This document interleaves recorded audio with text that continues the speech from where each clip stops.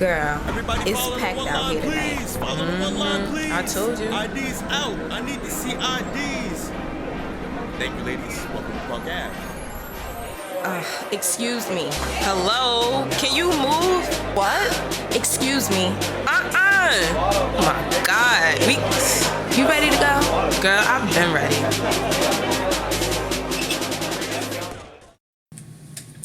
Well, hey girl, hey. Hey, girl. Crazy, I forget we do this show. Wow. Yes. Hey y'all, people who probably be like, where the hell y'all be at? Yes. Y'all stay on social media, but y'all don't stay. Y'all don't stay recording. Right. I been seeing y'all liking comments. Y'all respond to shit, but you never record about nothing. Girl, it's been a lot. May was a lot. Yes.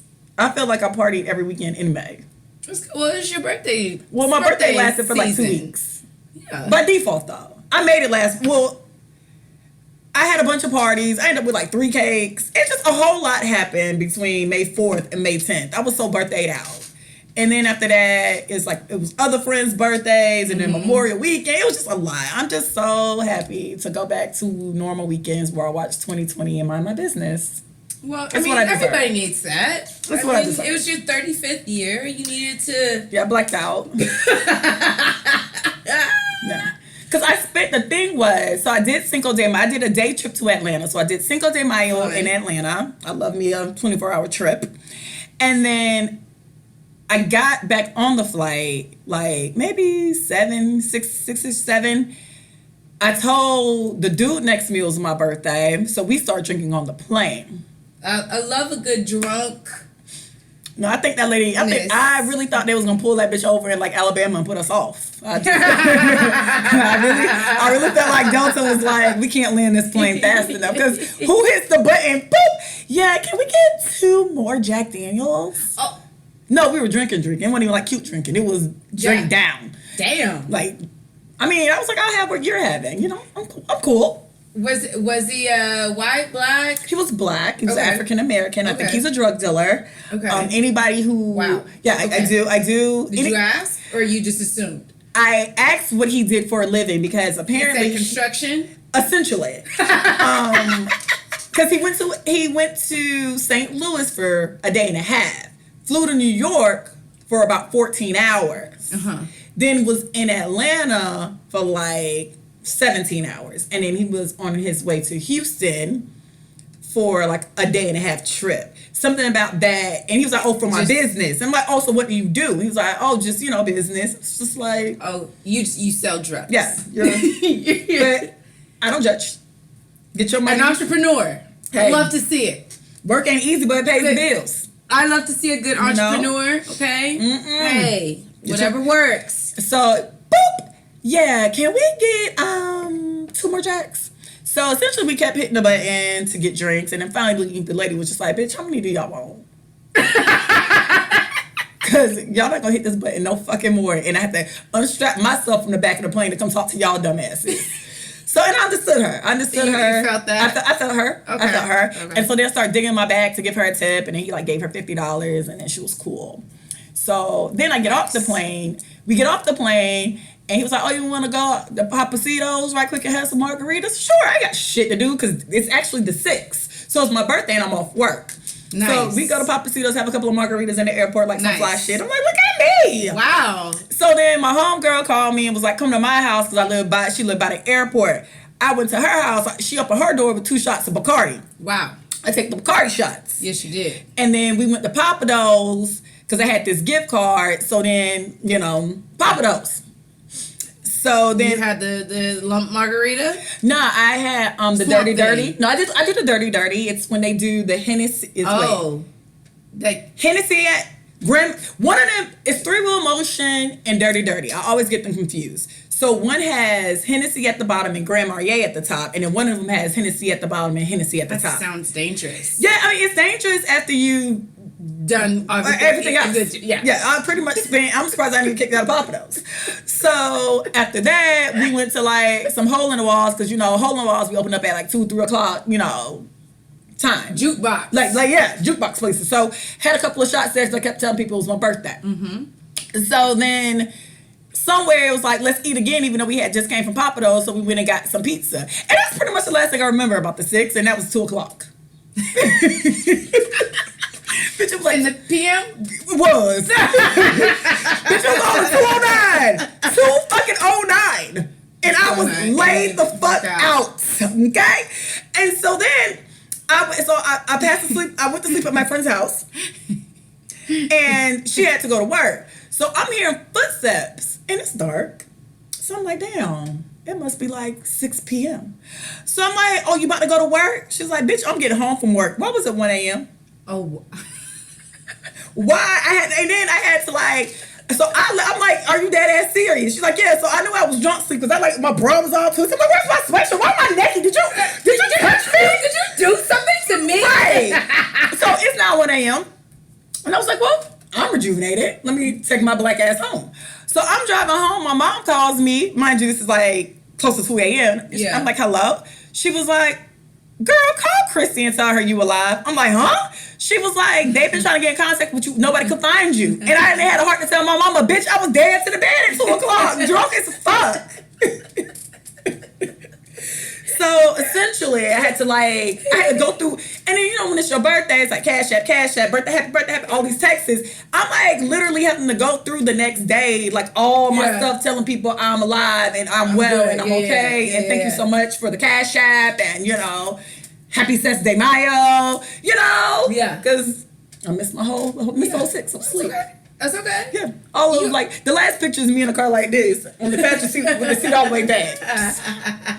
So yeah, needless to say, that was the 6th.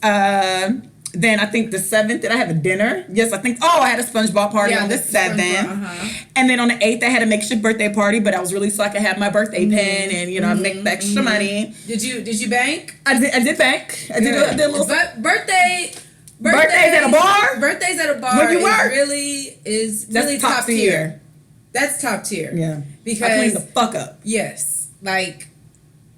It's almost like it's double the money. People are going to minimum give you a 20. You're going to get a 20 on your pen, and then they're still going to regularly tip you as how they do it. Yeah, and then if they like you're really like your real down ass regulars. Oh no, they gonna make sure you're. I had you're food good. catered to me. When I say y'all, I had 3 birthday cakes. I made well over a lot.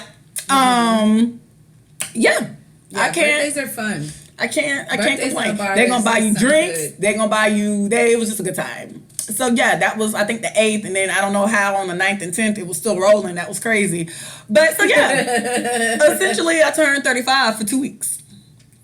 That's good. You know, it was worth it. And my friend judged me. The one who called me judged me because I passed out. And then a couple of weeks later it was her birthday, and She passed out. yeah. Yeah, definitely threw up in my car. No judgment. Oh, it was bad. Oh, I've done that. Yeah. I've done that. But you know, I've done stuff to people, so you know, sometimes when drunk stuff happen to me. The karmatic retribution just comes on back. Yeah, I was like, oh, it's okay. It's okay. It's everywhere. It really was everywhere. I was like, how did she do this? But I'm like, it's okay. It's okay. You know, but it's okay. Then she cashed up me money to get my car detailed. And, you know, it's all good. So apparently, God. 35 is all the way live when people turn it.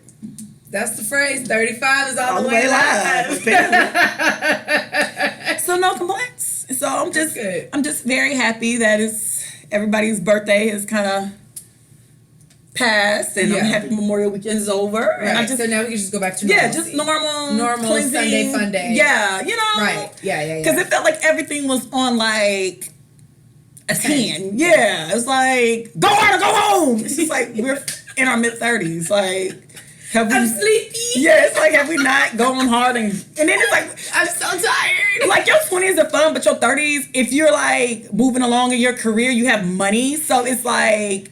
Okay. Everything to the 100th power. Yeah. So yeah, because you have more, so you want the sparklers, you want the little sign that says happy birthday. It was just a lot, and that would make sense because my cousin did her 35th birthday here in Houston, and I seen her the night of her birthday party, and so something about that turning 35. 35 is pretty litty. I know I was drunk, so I was dead, bitch. I thought I was dead.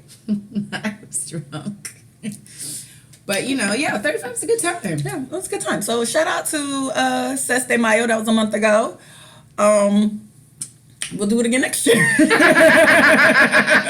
Looking forward to next year. I see why we only get one birthday. I see why you get one a year. Yeah. I could take 2 birthdays. Imagine celebrating your birthday every 6 months. Or every month. I couldn't. Because right now I'll be hungover still because today is the 7th and yesterday was the 6th. Would be in an uproar. It would be because my stomach really do be in an uproar. So how are hangovers in your 30s? Because I know mine. I don't like. So I saw this TikTok where it said, "You know it's better than being drunk, not having a hangover the next day." And I totally felt that because I get it. My hangovers are actually way worse than. Well, because in your 20s, I remember getting, and the funny part about your 20s is you're drinking bullshit liquor too, but you still found a way to pop up and go to class or go to work or whatever. Mm-hmm. I don't remember drinking taking me out for days. I used to get shit-faced drunk, still pop up, go to class, go to work, and then be ready to drink again by the time I get out of class, 5 o'clock. What we doing? Yeah. And then I can do it all over again. Yeah. Now when I be and I try not to get shit-faced for real now because that's why. You wake up. It's fuck. It takes 3 days to even get yourself back in order. Yes. It takes you 3 days just to even try to eat something. Yeah, and it's that vodka shit is the worst shit. Yes. Drinking. And Hennessy. I don't drink Hennessy. Yeah, that, but when you have to do a number 2 on them type of liquors, I know vodka be having me blowing fucked up. Yeah, vodka be having my bathroom blown, bitch. Vodka does something to that's why even now if I be with dudes, but it's low key the best shit because it's just how did this inside? And then and then that vodka shit is never solid. It's always it's so liquidy and slushy. It's just what? I had all this in me? Yeah, it's just coming out. It just don't stop. And it's just gross. That vodka shit is so different. Oh, shit. So, yeah. So that has to happen. And then it's just I'm sick the whole fucking day. Yes. Minimum, I'm going to be sick for the 24 hours and it's just after. And it's the thought of you even brushing your teeth and brushing your because your mouth be cottony and it's just yeah, everything make you gag. When I be hungover, I don't got no TV on. I really be in this house on dead damn silence. I don't have no music on. I don't like to listen to shit. I ain't playing Friends in the background. I don't want to talk. I'm hot. Yeah, I'm in there with a t-shirt and panties on. Shout out to Adina Howard, but not in a sexy way. And it just seemed like my house be destroyed. It'd be what did I do last night? Why is there all these clothes right here? Why are my shoes every fucking where? Does it come in here and just dump out my clothes here? And it'd be I usually never have dishes in my sink. All of a sudden it's 20 dishes. And then it's just what did I make? Yeah, and then it's all these lights on. I wake up, every light on in my damn house. Why is every fucking light on? Why is every single light, both lamps, ceiling fan, just everything on. Jeez. The refrigerator's wide open. Just shit just all fucked up. Just everything. And then doors unlocked. Then my mouth is nasty, sticky. You ever wake up and be damn, where are my keys? Where's my phone? You're I'm looking at my front door trying to make sure my car in one piece. I'm too old for that shit. I'm I can't be doing this shit. This shit is so ridiculous. But every blue moon it happens still, and I just be my blue moon was Saturday. I ain't gonna lie, my blue moon was this What past you did Saturday. Memorial weekend? No, it was this past Saturday. Yeah. I went out on a date, and we actually went to the museum, and then we went to a day party. The Van Gogh one? Yes. Well, yeah, not that big one. Oh, okay. But the one them tickets expensive as hell. I was about to go. Yeah. But they're not. They don't have any tickets available till September. Oh, yeah, I seen it. I was I think the tickets was $50 a piece. Yeah. So they actually have another Van Gogh exhibit at the Museum of Fine Arts, which is the one we went to, which is really, really nice. And then so we went to a day party, and this is the first time I've actually been out like out functioning. Like I'm out, like, you know, whatever. Where we gonna go next? Yeah, like yeah. What we doing? Like, we gotta get something to eat. Yeah, you eating at the food truck and then you go to the club. So we get to this spot, right?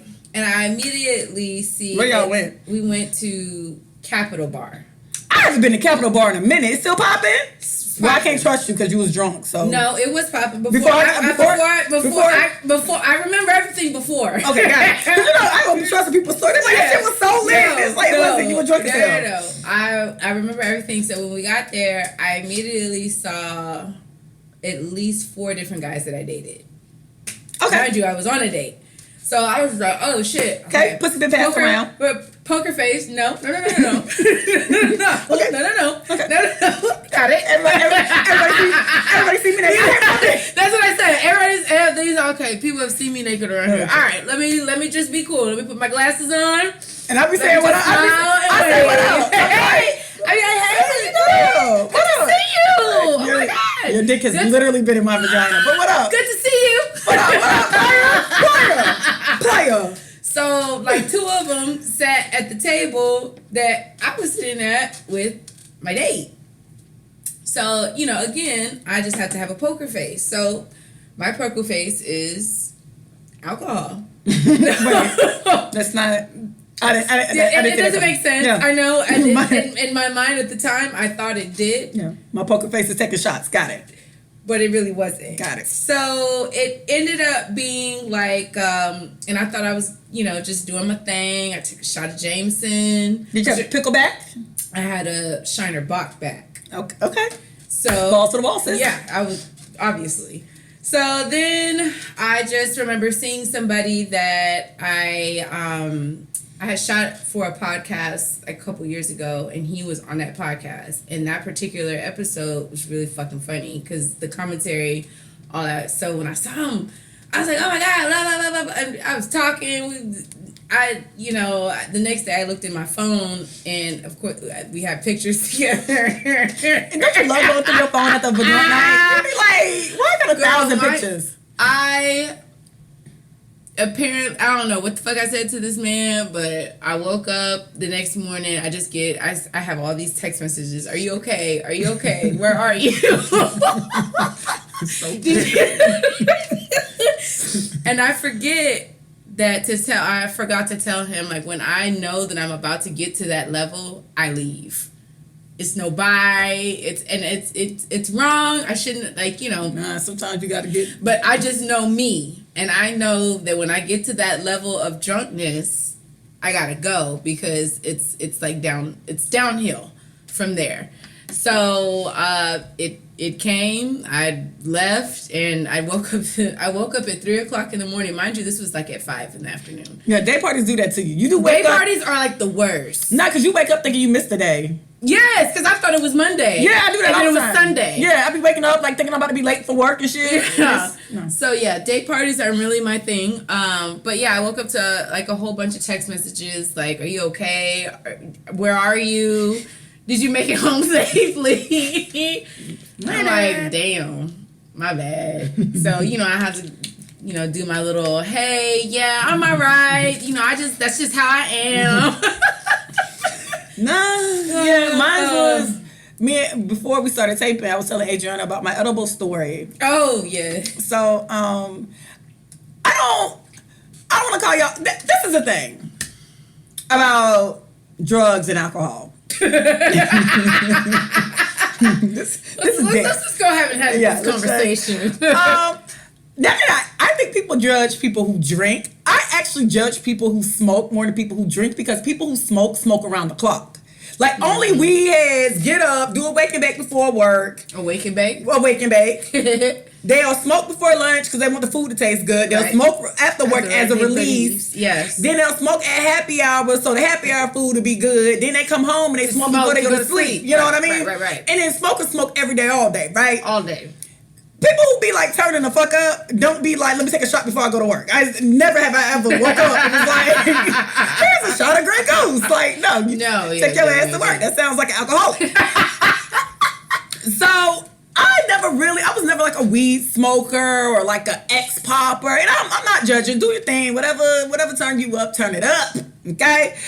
So, lately, I have a friend who be having edibles all the time. And I mean edibles in all forms. You know, cookies, Sour Patch Kids, brownies, cakes, you know, pound cakes, sweet potato pie, you know, edible t-shirts. I don't know, just edibles everywhere.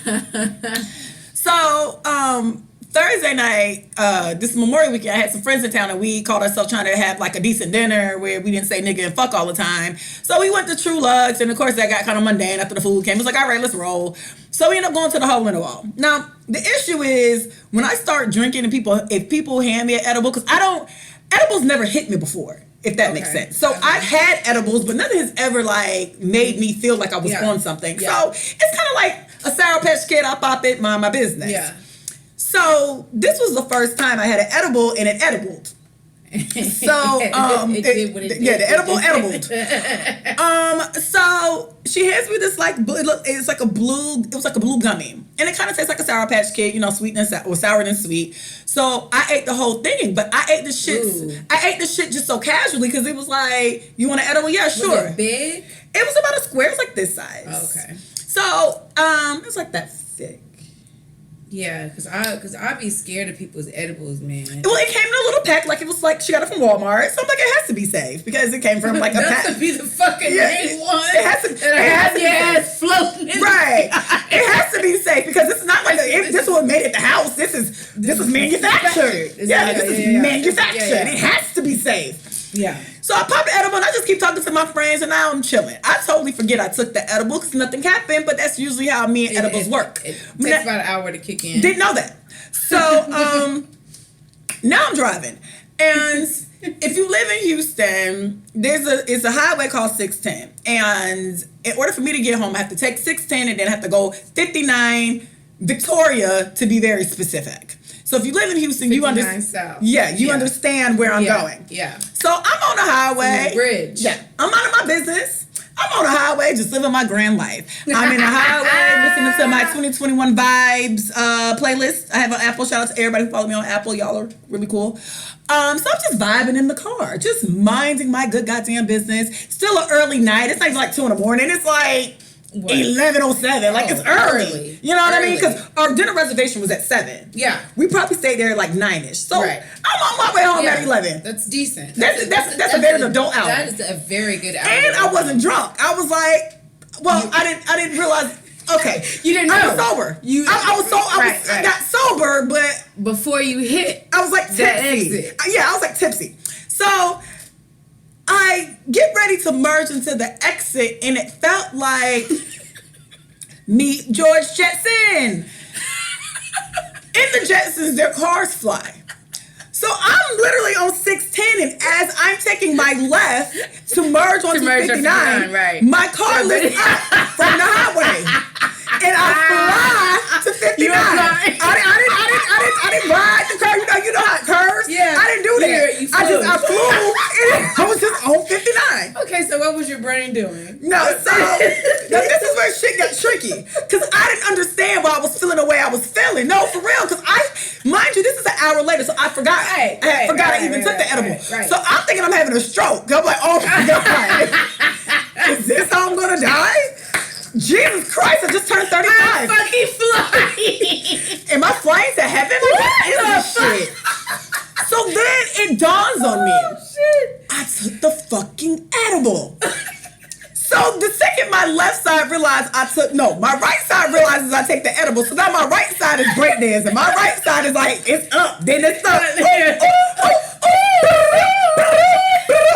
My right side is going fucking wonkers, right?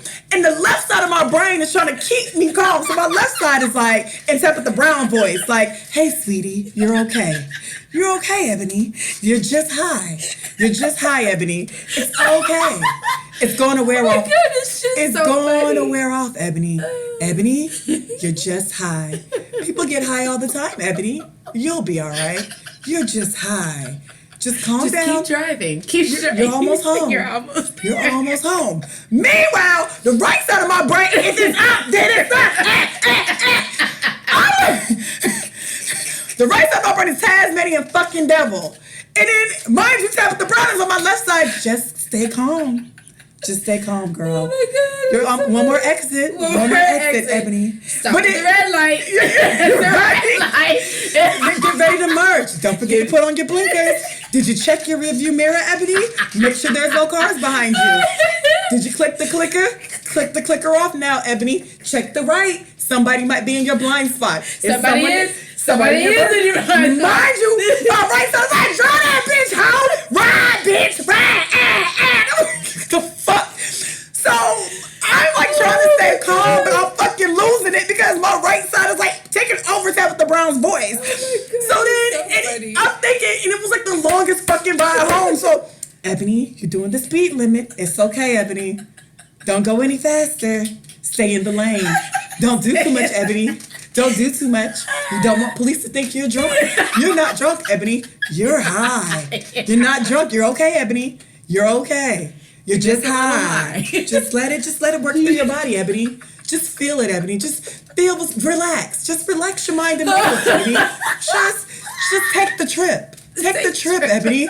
My right side is I'm fucking flying. My right side is like, take this shit to the mall, bitch. What? We're up in the back. So I finally get the fuck home. That is so funny. No, when I got home, when I say that was a blessing, and then my right side was like, turn the fucking music out, bitch. We home, ho. But my left side was like, just go lay down, Ebony. You're tired. You made it home. You're safe. Put on your pajamas, Ebony. Or you can sleep naked. You're home. Whatever your choice is. Put your phone on the charger, Ebony. Don't forget. Yeah. That's it. Did you lock the front door? Go check the front door, Ebony. Do you have your keys? Yeah. I put everything up so neatly. It's okay. Just drink some water, Ebony. You're okay. Just let it vibe through you. Put a little water by your bedstand. Because you're going to be a little dehydrated in the morning. My right side, I was like, bitch, go somewhere else. Turn this shit out. Bitch, it's only 11 o'clock. Let's go to third ward, ho. Oh my God. I ain't never. So, in short, grand opening, grand fucking closing. Y'all that should really be like that. Y'all ain't got to worry about me taking no edibles. Edibles really be having you Listen, crazy. Y'all ain't gotta worry about me taking no fucking edible because and I realized like when I've eaten edibles, it's been like somebody makeshift ass brownies or cookies, and I never eat a whole cookie or brownie. It's just like oh I got some edible brownies, and I'll just take a piece, eat it, and go about my damn day, and nothing ever happens. So I underestimated because I'm like y'all be taking these edibles like them bitches is hitting. These hoes don't hit. Yeah, that hit. It hit. It edibled. Yeah, it edible. Yeah, the edibled. Yeah. So shout out to Tabitha Brown's voice on my left side of my brain. That kept the girl from driving my fucking.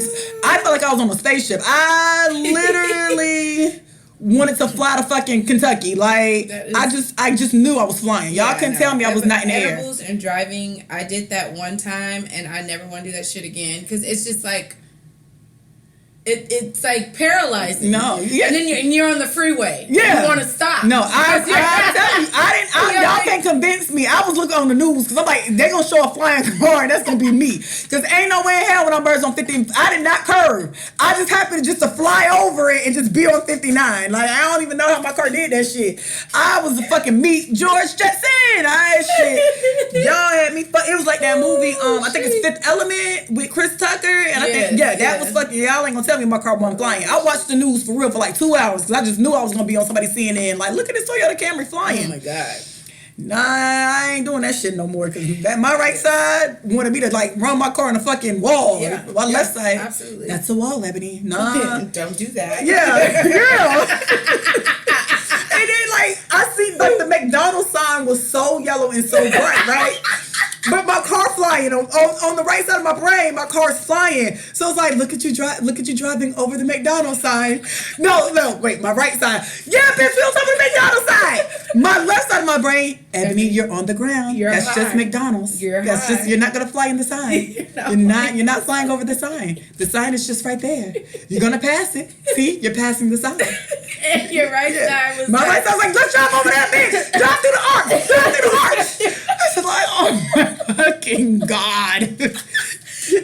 Get me home. Girl, that was the longest ride home. Oh my God, that is awful. So yeah, shout out to people who do edibles. On a consistent basis. Grand opening.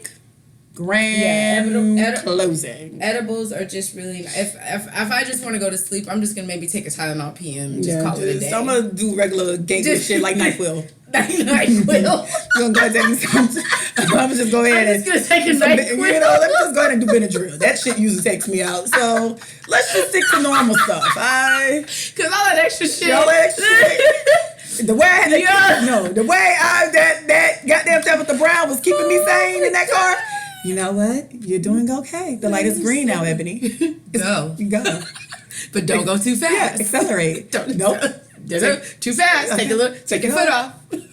You're almost there. Ebony. Right turn in about 2 minutes. Right. You're right there. Look at you. You see your apartment complex. You see it, girl. Yeah, but my right side of my brain was like, run to the sign. It's like, what? It's fucking wrong. Why are you crazy?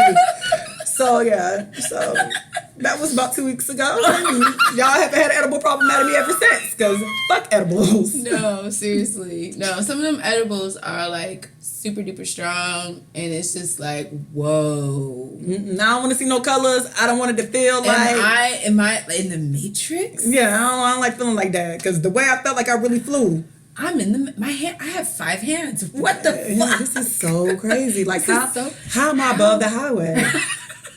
And I'm like, did my car always do this shit? I was just in a car trying to figure my life out. I have a fucking spaceship. Yeah. These Camrys are amazing. So y'all the Camrys on one with this one. This is amazing. I can't wait to tell people. Yeah. Does everybody's Camry fly? Does everybody's Camry fly? Oh, that's fucking insane. So that edibles are. And I felt like I was hot for 3 days. So in short, I was a crackhead. Did you feel dehydrated afterwards? I woke up pretty normal. It was just I felt off. You're foggy. Yeah, it just felt very zen. I was just like, because I visited some friends I had some friends visiting, so I went to their hotel, and I was just sitting there, and it was like, why are you so quiet? I'm like, oh, I am. I'm trying to piece together, Mom. Yeah, I'm like sitting on the sofa like this. I'm like, what the fuck? Trying to figure out if you really flew. Yeah, I'm like, yo, I know this sounds crazy, but my Camry actually flies. I know this sounds a little off. I know. Hear me out. Guys, hear me out. Hear me out. Because I'm like, I don't know what button I pressed. My shit flew. Nah, I literally got in my car looking for the button that say fly. Like, y'all couldn't tell me that shit wasn't flying. Fuck that. My shit flew. Fuck y'all. Because that's pretty much where I was at in life. Yeah. And then I took an Adderall. Wow. So apparently... You've been gateway drugging. Yeah, I'm gateway drugging at this point. Jesus. And the thing is, like I said, I never was the ex-Molly girl. I never did the bullshit. I told you the one time somebody gave me a Molly, I realized it was in a capsule, so I threw it behind her sofa, and I pretended like I took it. So, and that's the night I had the threesome. Maybe I should have took the Molly looking back. Neither here nor there. Can't go back. So but looking back, I probably should have took the Molly before the threesome. That might have been the missing element to the threesome. But I'm not going to try and see now. That's no need. That shit sits out. No need. I have a friend, and apparently, I don't know when she started getting on Adderall. I think she's like ADD or ADHD or something of another. And so, I was like, so what happened? She was like, oh, you just get like laser focus. And I'm like, oh, okay, well, give me one. So Does it make your heart go fast? No, but the second I knew when it dispersed in my body. I knew when it dispersed. Because all of a sudden it was just like, zoom. All of a fucking sudden, that shit hit me. Tell you how fucking focused I got so fucking quick. Really? No, that shit, I was in the spot Ito when that shit hit, the new spot. I was in there chilling like, I was in there probably singing Up If It's Stuck or whatever the fuck the DJ was playing. And then all of a sudden, I felt like, whoop, there's a door. Look at the door. Whoop. Oh my God, her shirt is so pink. It's pink. Oh my God, these floors are so dirty. I should clean them. You dropped your purse. You dropped your purse, ma'am. You dropped your purse. Oh my God, did a pin drop? A pin just dropped. I seen it drop. I'm focused. I was so fucking focused. Everything was like, bitch, I literally could have built a whole subdivision how fucking focused I was. Like, all of a sudden, my brain was so fucking deep. Like, oh my God, 1 + 1 does equal 2. Isn't that crazy? 1 + 1 = 2. 2, bitch. That's so crazy. You know what? What does ME equals MC squared? Yeah, it really does. Huh. Crazy. Oh my God, they need to paint these walls. I should paint the walls for them. Like, what? I got so super fucking focused, bitch. So y'all couldn't tell me I couldn't build no house. Y'all could not tell me I was not a scientist. Y'all could not tell me I didn't know chemistry. I figured every fucking thing. You figured out the Pythagorean thing. Did. Right in there. Just, I got so, it was so crazy. And the whole time before I wore off, I was like, damn, I wish I was home. I would have cleaned the fuck out my house. I kept thinking that, like, I really would have cleaned the fuck out that house. Like, the way I would have vacuumed. The lines would have been straight. I was like, damn, I should have been home. I would have washed so many clothes. Because I was focused. I was focused as hell. Oh, my God. That shit had me dying. That shit kicked in just like... So what was the down part? Like, did you... I really had no down, but you know what? I was drinking on it, too, because you're not really not supposed to be drinking when you take it. Yeah, so it's counter... Yeah, so it lasted. My intensity of wanting to fix everything and sew clothes and build houses and save babies and, you know, change tires, that intensity was probably for like 37 minutes to about 50 minutes. Yeah, it's like no more than an hour. But I was like, I was on the vodka. Right. You know what I mean? And yeah, on the box. I've always been curious. I've never done Adderall. No, I'm telling you. And the thing about Adderall is, so I stayed in a private dorm when I went to college. I went to FAM, but I stayed in a private dorm. I'm gonna kill it. So all the white kids in the dorm were on Adderall. Right. But I had no interest of it. They was like selling that shit. But I didn't care. But yeah, so when I did, I really was like, no wonder the motherfuckers used to be up like from 10 p.m. to 4 in the morning typing papers and getting them in on time. That fucking Adderall had them laser fucking focused. Crazy. Like laser focused, because all of a sudden, bitch, y'all couldn't tell me I couldn't sew a dress. I was thinking about shit I could do at the house. Damn, I really could have did that. Crazy. I can build that. Yeah, I really was like that. I could have built this shit. They need to paint that wall. I probably should paint it for them. Why am I painting a wall in the club? Like, so essentially, I spent Memorial Weekend being a druggie. But again, grand opening. You're here. We're here. I'm okay. May is done. Thank God. I'm like, I can't do it no more. Your gateway drugging is over. Yeah. I'm good now. But you know, shout out to the kids who want it. Yes, blessings to you guys, because I don't know how y'all do it. I'll be panicking. Listen, I'm gonna stick to the vodkas and call this shit a day. Yeah. Because I know when I can control the consumption of that. Yeah. That other shit, once it's in your body, you up and stuck. Stuck. And you're just like, damn, I feel it. And then you just like, and then you start, if you're not a person who do it, you be trying to wonder, you be looking at the time trying to figure out when it'll wear off. I can't have that feeling. Yeah, I'm just going to stick to my Tylenol PMs. And I'm just going to take Benadryls. Yeah, just take Benadryl. Yeah, so shout out to you kids who do edibles and the Adderalls. Be safe out there. Enjoy your time. Enjoy your time. Please. And if anybody has a Camry, by any chance, a Toyota Camry, don't drive it over bridges while you're taking edibles. Actually, low-key, I kind of think you should see if yours fly too, but neither here nor there. Because I'm really convinced my shit flew. I don't know what button it is. I was looking in the manual and shit. That's the funniest edible story I've ever heard. No, I was literally in the manual the next day, like, flying. Spaceship. Airplane. Airplane mode. I was literally in that. On your phone, like, airplane mode. That's the fucking, that's it. Y'all had me fucked up. Y'all couldn't tell me I wasn't flying next to Delta. Bitch, y'all had the girls about to fly to Florida. Y'all had me fucked up. I'm like, I can drive this shit over the ocean. Ebony. Yeah, Ebony, calm down. Exit. This is your exit. Ebony, calm down. There's no bodies of water. Please don't try that. No, please don't try that. I wonder if this is a boat. Ma'am. Ebony, you're in a car. This is not a boat. You're high. You are high. You cannot swim. You will drown. You will literally drown. You have no sharp object to crack the window. You will die, Ebony. You cannot swim. Do not drive this car into a lake. It does not float. It will go to the bottom. And so will you, Ebony. This is your street. Turn right.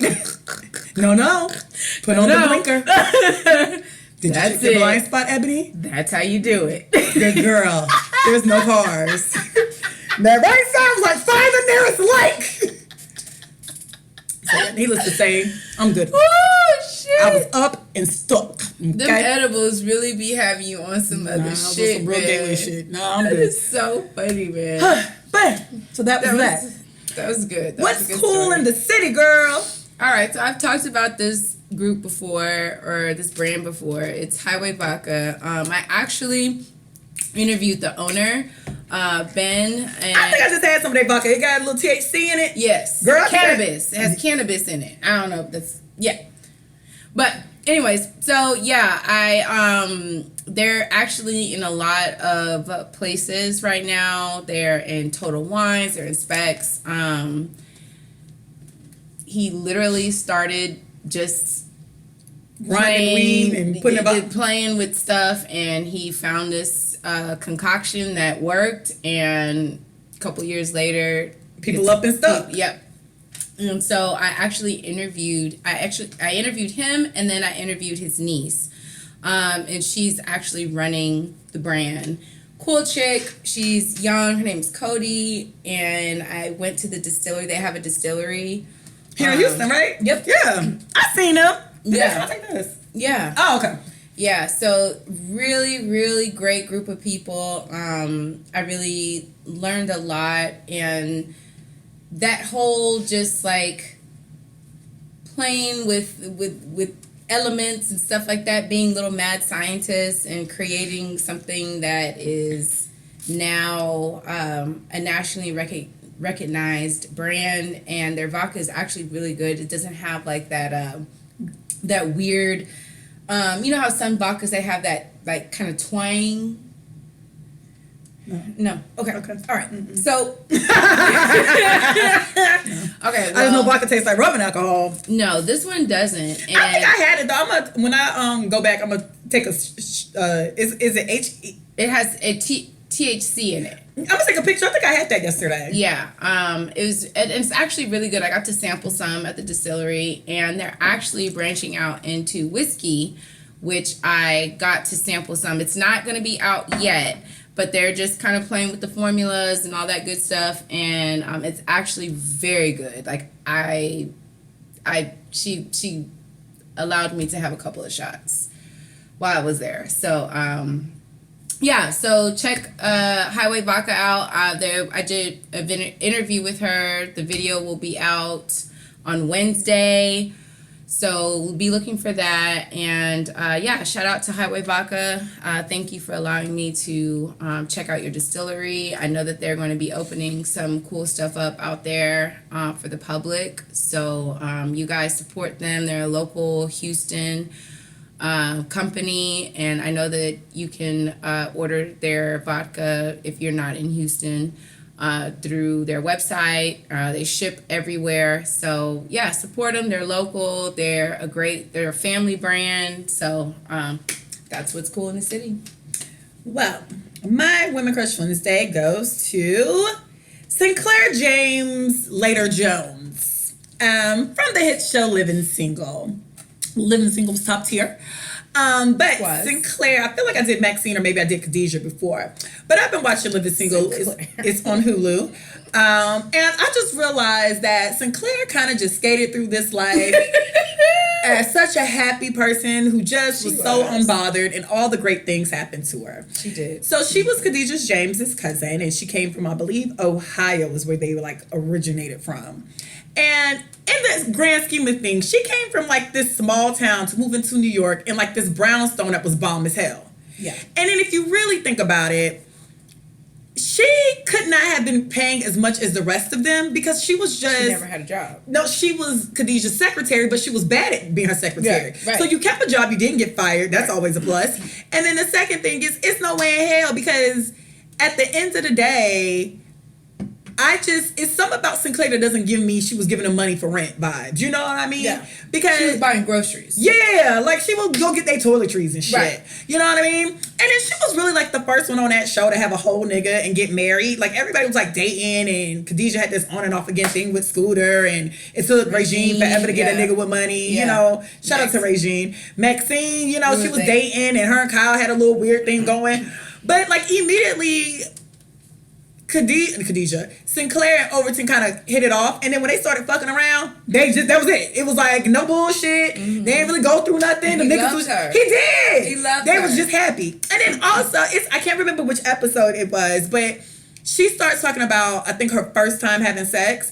And you realize that she's actually, the person she actually had her first time with, or her first boyfriend, whatever, was Michael Jordan. And she's like, yeah, he used to wear the number 23. And yeah, he used to jump so high, it was like he was floating in the air. And so everybody's like, Michael Jordan? Bitch, you was fucking Michael Jordan? What? And then it makes sense, though, because it's that episode where the one dude had a crush on her, and it was actually Shamar Moore. And everybody knows Shamar Moore, especially, I mean, he's still attractive now, but Shamar Moore was that nigga in the 90s. Yes, he was. And dated everybody. Yes, Leela Rashawn, Holly Berry, Tony Braxton, he had all the bitches. So on the show, on the episode, when he comes to the house, everybody like, how the hell she pull this nigga?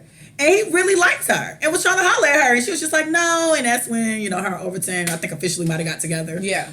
But yeah, shout out to her. She was just out here being unbothered, being very positive, putting out this good energy. And my sis was able to live in a brownstone in New York and work for minimum wage and be cool. I love when she'd be like, oh, Overton. Woo, woo, woo. Woo.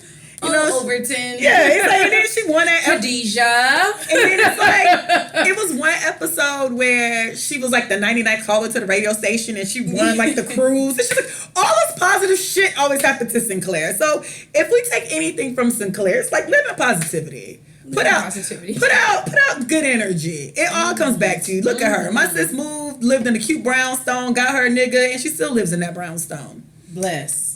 Nice wedding. That nigga loved her. Wasn't no bullshit. Like, he had a job. It was a hardworking man. An electrician. The handyman. A handyman. But I told y'all, I did a IG story one time telling y'all good man.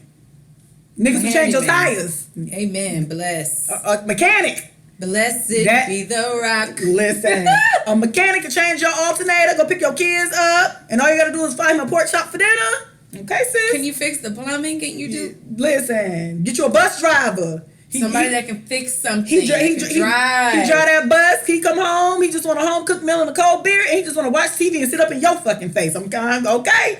One day, good man, Savannah. Good man, Savannah. I'm telling you, certain jobs just breed good men. Okay, that's handyman. Another one. Oh, like a PE coach. Another good man. They coming home. Because Sadie Bear from Steve Harvey, he seen Levita, and that was it. That was a hardworking man. Taught them kids and went on about his day. PE coaches always love to be a good man. I'm telling y'all gonna listen to Ebony one day. But yeah, so shout out to Living Single. Shout out to Friends Reunion on HBO Max. That's been top tier. You know, just Friends good times. Is a good show. Friends is a good show, and it kind of pisses me off. Because I just read this article where I think, first of all, the creator really sold the idea from Living Single. Yes, we know that. Which is hilarious because they try to explain their idea of the show or how they created the show. And it was just like, but y'all took it from Living Single. That's all y'all had to say. But anyways, outside of that part, on the he did an article and he was like, people were saying how they wish black people, basically they're trying to say it should have been more diverse. But I hate when y'all do that because the reality of it is I don't want a bunch of diverse shows. If that makes sense. I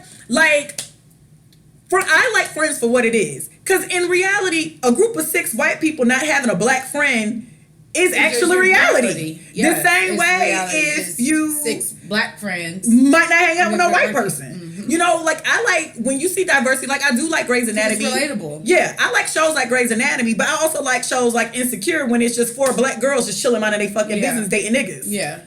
Like that happens. You don't need to have a white counterpart. Yeah, you know, you don't need to just randomly throw in somebody just to say you diverse. If that's not your ministry, that's not your ministry. Yeah. But I do want diverse shows, but every show don't need to be diverse, if that makes sense. No, it does. Like, I don't... And then I feel like white people comedy and black people comedy are 2 totally different. Yeah. And I think that white people comedy is funny. Like, listen, it's funny. I be here cackling down on The Office. Like, The Office, fucking hilarious. And anybody who doesn't watch The Office or doesn't think it's hilarious, you're an idiot. But I do, I think that type of comedy is it's very entertaining for me. Yeah, I like The Office. I like Parks and Rec. And Parks and Rec was diverse, but that makes sense. Because The Office and Parks and Rec are actually diverse shows because you're in these type of spaces. Like Parks and Rec was them at work. Right. Most jobs are diverse. Yeah, have an Asian, have an African American. Yeah. And then The Office, the same thing. Because they were in an office. But a lot of times, no, I don't want to see a bunch of diversity in shows. Like, I want to see some white people in the background. That's cool. I want you to say hey to the white girl when you passing her. That's fine. But overall, some main cast just needs to be all Asian or all black or all Mexican. That's okay. Yeah. Every show ain't got to be. We all get along. We got the black friend, the Asian friend, the gay friend. No, we don't need to. It's fine. It's fine. Yes, it's okay. I'm okay. It's okay. Like, it's cute. I want to enjoy it. Yeah. It's cute for some people, but every show don't need to be as diverse as y'all be trying to argue. Like, girl, why did they need? Because he was like, what y'all want me to say? I wish Phoebe was black. And I'm like, exactly. But Phoebe wouldn't be Phoebe if she was black. Yeah. Because ain't nobody writing songs about no smelly cat. Listen, so after I watched the Friends reunion on HBO Max, I started watching Friends again, and I be in here dying at night. I don't think y'all understand. I be in here crying. Friends is actually very funny. No, Friends is funny. And the only thing, too, because my favorite... Who are your favorite three? Ooh, I feel like you like Phoebe. I do Monica Geller, Rachel Green, and I do Ross. I like Ross. Ross is hilarious. Ross is my top pick. Then it's gonna be a tie between Chandler and Monica. I can't pick. Who's and then I like Rachel. Yeah, and I think I like those three: Ross, Monica, and Rachel, because I think I like their dynamic. Like I love Ross and Monica's relationship, and I love the fact that the parents hate Monica low-key. I find that hilarious. Yeah, they fucking hate her.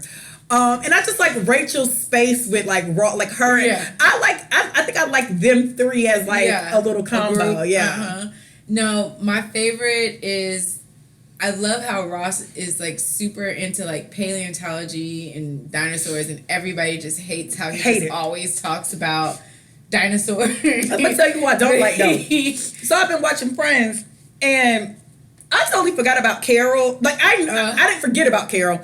I didn't realize how I don't want to use the word rude.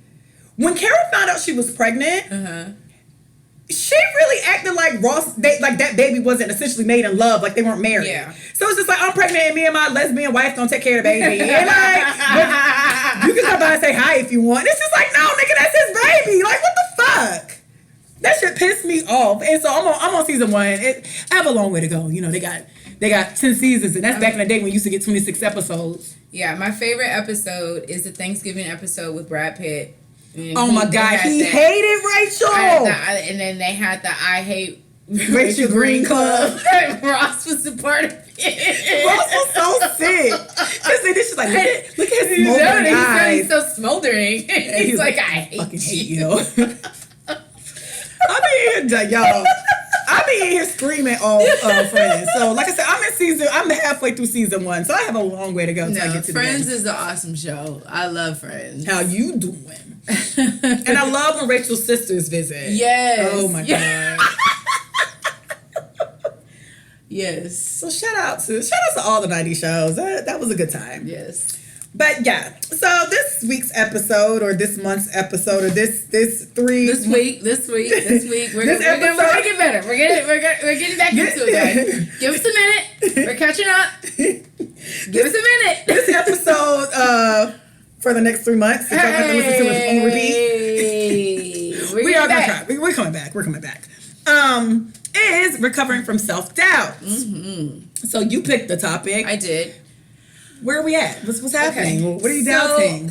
No. So when I was speaking to Cody from Highway Vodka, I asked her what she was recovering from, and that's what she said that she was recovering from, and that resonated with me because I feel like it's just within my own experience that I've doubted myself a lot, and even before I moved back to Houston. I contemplated, like, what is this next move going to be? What is this future looking like? Because it's just like, okay, well, first I was going to move to Arizona, am I gonna stay in corporate? Like, what am I doing? Like, what the fuck am I doing? And during that time, I was getting a lot of calls to do video work here in Houston, and I remember that last one, I was just like, yo, I'm tired of driving back and forth. Like, okay, like, am I gonna do this for real, or am I just going to just allow myself to keep doubting my talent? So when she spoke on that, which you guys will hear her story and all that good stuff, it really resonated with me, because I was just like, damn, I was feeling like that too. I relate to that.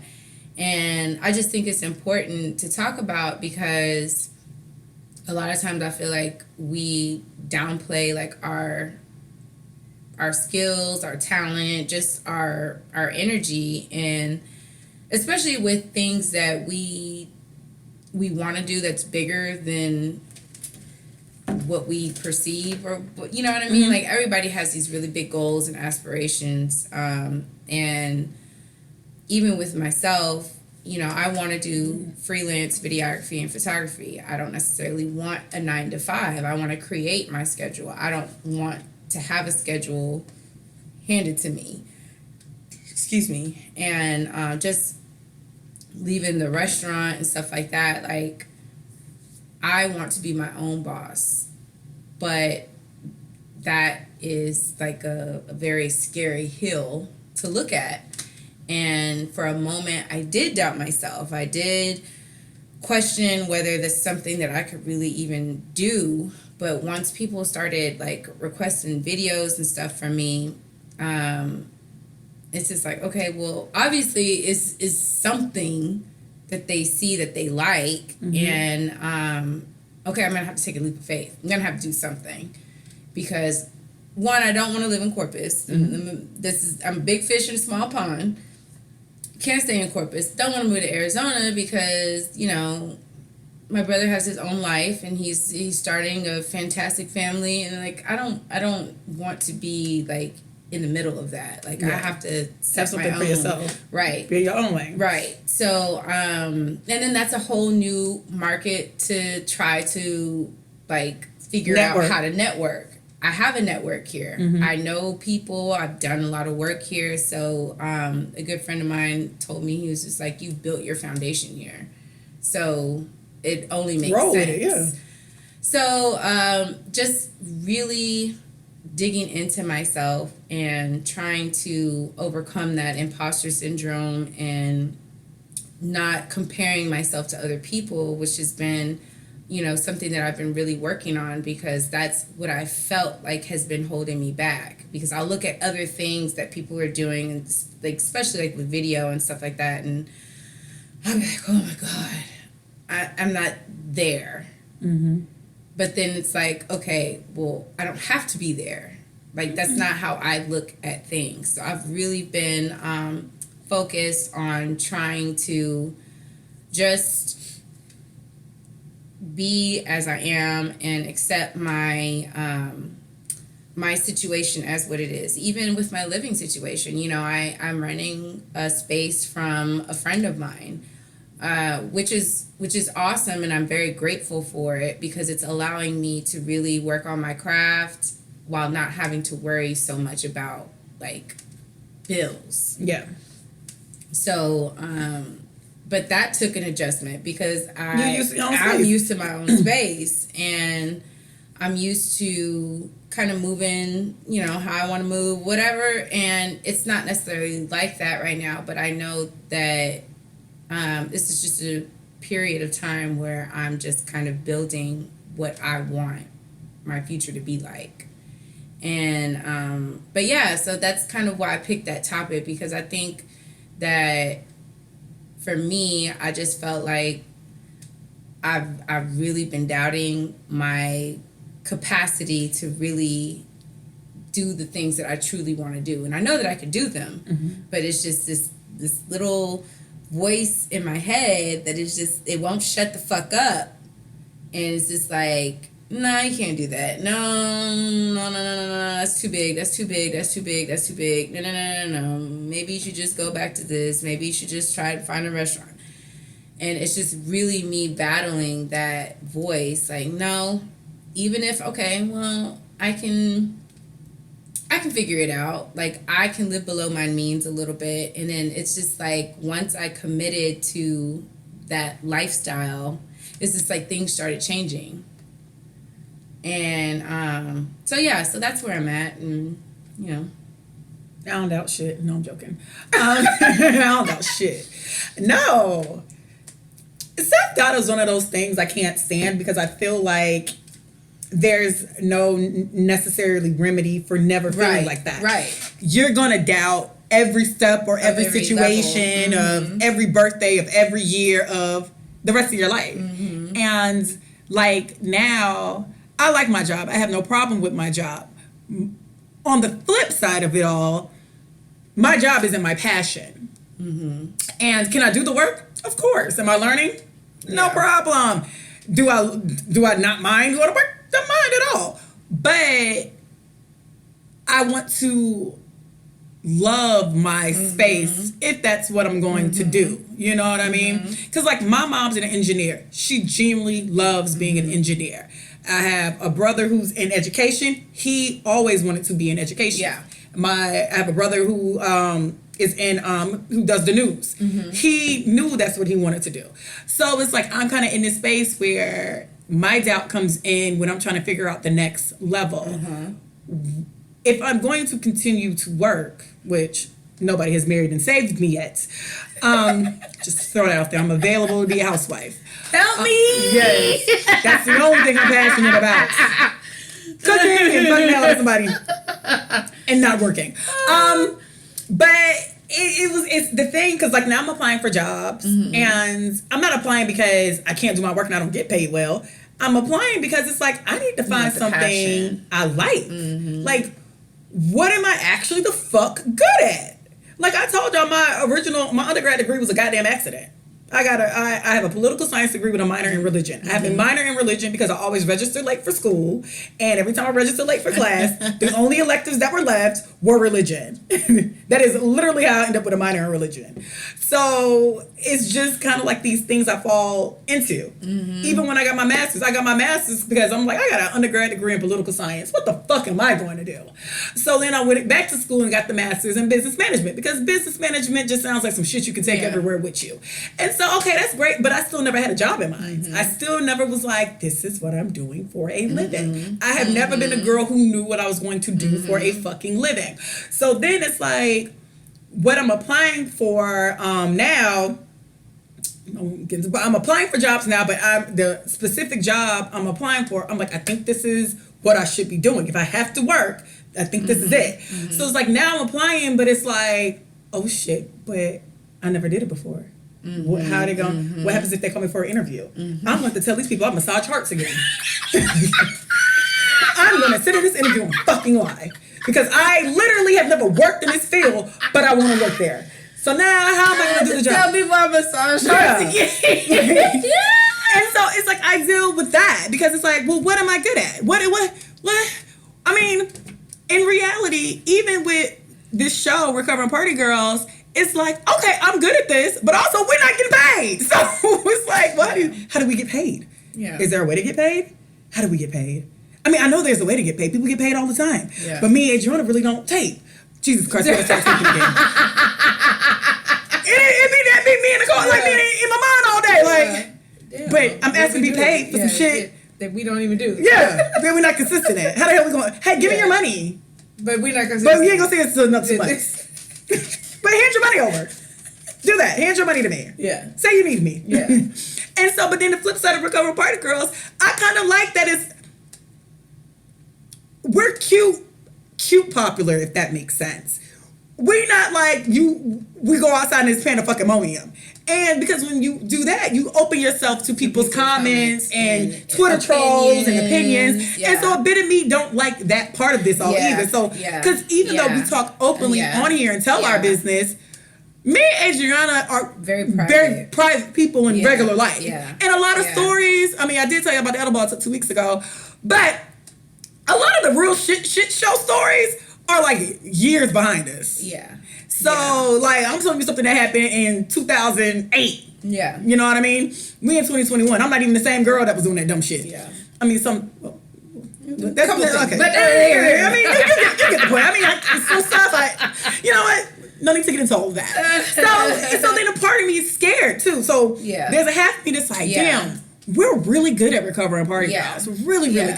And shout out to, so I took a picture of my homegirl who was visiting, and when they posted the picture, they was like, I love that girl in her show. Tell them they need to record. And she sent me a screenshot. She's like, I told you your show good. But so shout out to y'all who listen and see us and say what's up, because I've met some girls at the spot. And it was funny because she was trying to talk. You know, somebody's trying to talk to you, so they like saying stuff. I'm like, oh, okay. And so I'm like ordering my drink, and then finally she just had to come out. It's like, I know who you are. I mean, you don't know me though, but I know you. I was like, oh, you listen to Recovering Party Girls? And she's like, yeah. I'm like, you should have just said that. That's so awesome. Because she was like, her friend was drunk and like trying to like dance and grope on me, like not in a weird way, but like just like in a fun, like you know, hey girl, you're cute, I'm cute. Look, it's up in its stuck. So she was like, because she was like, stop touching on that girl. That girl might not like to be touched. So I was like, oh, she's okay. Because I knew she was drunk. And at this time, I was like, you know, chilling. I wasn't tripping about nothing. I was just like, oh, she good. And she was like that. But she kept like saying it. Like, finally, she was like, okay, like, damn, hey, girl, I know you. I'm like, oh, hey. And that happened again at a birthday dinner. I was at a birthday dinner and some girl like, I'm such a fan. Yeah, I'm like, relax. That happens to me too. We're all at a birthday dinner. Like I had one, she was like, I want to take a picture with you. I'm like, why? I'm like, what? I don't have any makeup on. Get away from me, stranger danger. But you know, I appreciate that, but that's scary to me too. It's just like, yeah, I appreciate it as long as you don't act weird. I like people who just be like, what up? Yeah. So I don't mind that, but I know people who don't. I don't mind people who fuck with the show. But what I've realized about people build you up to tear you down. Yeah. So a part of me is always afraid of Recovering Party Girls because if we become internet famous or the poster child to feminism and you know pussy pop or whatever, black excellence, all that podcast. They gonna look up episode 3 and be like.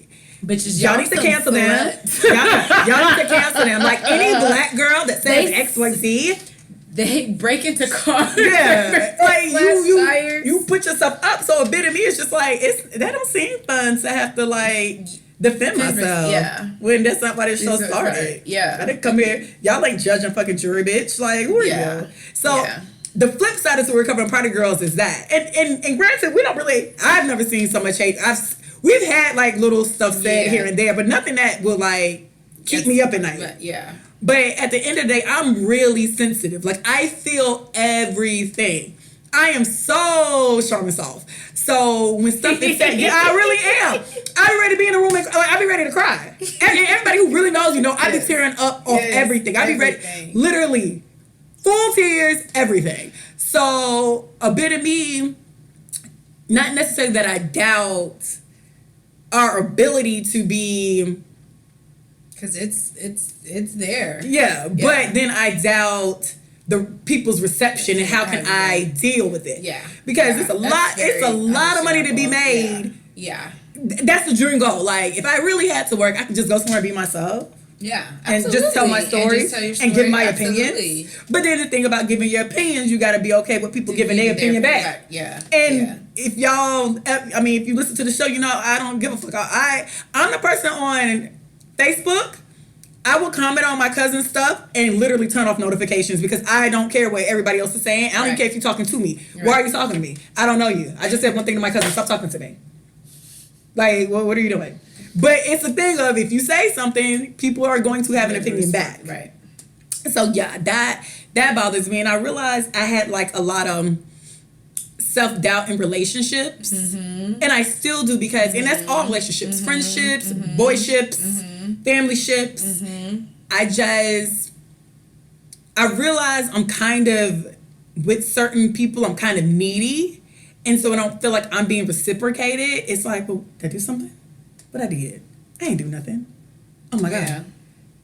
Did I do something? And I was like, why am I so worried about this shit? Nothing's literally going on. And I'm in the house like, what do I... Wait, yeah, let me... I know, yeah. And that's another reason why I slowed down on the drinking, because I hated waking up trying to figure out how I pissed off. Yeah. You wake up like... Did I piss somebody off? Did I say something? Yeah, I'm looking at my phone trying to like get the game. That's how I was Sunday morning. I was just like, okay. Is this a laughing emoji? Did I say something? Because I got a text message that just said, ma'am. I said, oh shit. What did I do? What did I do? Yeah. What did I say? Because God, but then it followed up with LOL. Oh, okay. Because and that happened Memorial Weekend. That Sunday, I was just having the time of my life. I mean, this is the Sunday I took the Adderall. But neither here or there. And so somebody see me and they were like, I forgot how they worded it, but they made a comment about how I was acting at the spot. And I'm so used to being a terrible fucking drunk, hence why I'm like making a point to slow down, because now I just think we're a little too... Not that shit ain't gonna happen. Hold on, not that shit's not gonna happen. Shit gonna happen. But shit popping off. Yeah, but it was a time in my life where every other day or every weekend I was somewhere apologizing to people. And said, hey, my bad. So when he said the comment he said, I immediately was like, damn, was I cutting up? Did I do something? I must have pissed him off. And so then I guess he's seen that I got a little defensive. And then he was like, no, I mean, you was having the time of your life. Like, you was having a really good time. Like, it was good you let your hair down. It was good to see you kind of turn up and you was chilling. And I was spending all the money I made the night before, so I'm buying everybody drinks and shit. You'll get a shot. I'm at. But immediately my mind went to negative thoughts. Like, did I do something? I must have did something. Who I pissed off? But I didn't talk to nobody. I didn't say nothing. We was only there for an hour. What did he mean? This is crazy. And I think he seen my head, like, I think he seen me thinking. And then he was just like, no, I mean, you let your hair down. It was like kind of, you know, you be working, you just be chilling. Like, it was kind of good to see you turn up, drop like a hot, crack your jokes, you know. I was like, oh, okay. Like, I almost went to a full panic attack. That should be real, though. Yeah. Like, I have those same things where I'm like, okay, wait, did I say something? That's why, like. Did I look at you crazy? Yeah. Because I wasn't trying to offend you. Yeah. Because what I realized, looking back at a lot of shit I got into, it was always in party scenes and drinking and chilling. And I'm already kind of slick out the mouth. I can be very charming. I also have a dark side. It's all this, everybody's these multifaceted things. So it was just like, immediately it's like, I must have pissed them off. Well, why don't you like me? Did I do something? Yeah. What did I do? Yeah. Because, like, some girl, listen, shout out to Uptown Lounge. I don't give a fuck, because I hope y'all know the bitch who worked there. I was at Uptown Lounge, right? And I go to the bar to order my drinks for my friends. You are hey girl, hey. Yeah, and I'm super patient and calm with servers and bartenders. Because I've worked more in the service industry than any other industry. Yeah. And even right now, I bartend on Saturday. So I literally have spent, or I was a hostess. Yeah. Or I spent a lot of time in the service industry. And I understand people get flustered. I get flustered. I get it. So she looks dead at me and then she continues. But the thing is, I'm like to her left. And then she looks up, she sees me, I'm like, hey, you know, friendly, hey girl. And so she takes a couple of orders next to me. Okay, fine. And so then I started noticing that she's like intentionally skipping me. Oh. And so then I'm like, well, damn. So my friend come up and now I'm a little buzzed and my mouth is still slick. So my friend come up, she's like, damn, what's taking you so long? I said, I don't know, I must have fucked the bartender boyfriend or something. Just like that. I must have fucked the bartender's boyfriend or something. I don't know. I'm sitting here and the bitch act like she don't see me. Like, well, I can't. I'm waiting. But then what pissed me off is she went directly to my friend, was like, are you ready? I do not know how I know this girl. So then my friend was saying, I was like, yes, we are. I was like, it didn't like aggressively order my goddamn drink. So whoever that is, bartender at Uptown Lounge, fuck you, bitch. Because you played. You tried. you played. Because I ain't do it. But now I'm like, but then after the initial, I must have fucked her boyfriend. The second I got the drinks, I dispersed all the drinks. And I still, again, I work in the service industry. So I still tipped her. I gave her like the regular tip because usually I'm like an 18, 21% type of girl. I was like, nah, bitch, you finna get this cutthroat 15% and go about my day. So then the second I get back to my friends and I sit down, I was like, well, damn, what did I do to that girl? Did I say something? Do I know her? How do I know her? Maybe her friend don't like me. Yeah. Like, then I kind of want to. Then I want to go up there like, do we know each other? Are you okay? Yeah. Do we know each other? I'm sorry. Yeah. We talk to the same nigga. I slept with your sister boyfriend. Do you listen to Recovery? Tell me. Do you listen to Recovery Girl and you just hate Tell it? me. Yeah. And it was like, for a full 7 minutes, it's like I had to talk myself out of letting it go. Yeah. Because there's like, well, why wouldn't you like me? I do nothing. I don't know you. You're a stranger. Why don't you like me? I don't get it, huh? And you know, like what I've learned or what I am trying to impose on myself is accepting myself as is. Exactly. Like I know I'm not a malicious person. I don't go out to like maliciously be ugly to people or like whatever. But in those kind of environments, it might pop off. I might say some fly shit. I don't know. It's dependent on the mood. It's whatever. It can happen. But I know that I cannot take things personally, or I can't take personally how your energy or how you perceive me. Because, you know, of course, if I meet somebody that listens to the podcast and I'm in my ratchet as low vibrational moment, like, but that's like, you know, that's actually my real fear. Like people, me running into somebody when I'm in Kroger's when I'm not. I'm always Ebony. Yes. But there's you're not like at your best. Yeah, there's Ebony who's just, sometimes I'm just in the house just watching TV. Yeah. I have a war against rhinos hippos. Go on my Facebook. I'm right now beefing with hippos. So, but I'm beefing with hippos because I spent like 12 hours watching No, I really fucking hate hippos. We can get into that later. I really hate, at the end of this show, I need to tell y'all why I really can't stand hippos and kangaroos. I have a war against them. And I at them. I at the hippo page like they can respond to me. So hippos, count your fucking days. I'm getting you extinct. I'm coming. Kangaroos, you count your fucking days too. I want you niggas extinct so bad. Count your fucking days. But anyways, my war against hippos and kangaroos is another story for another time.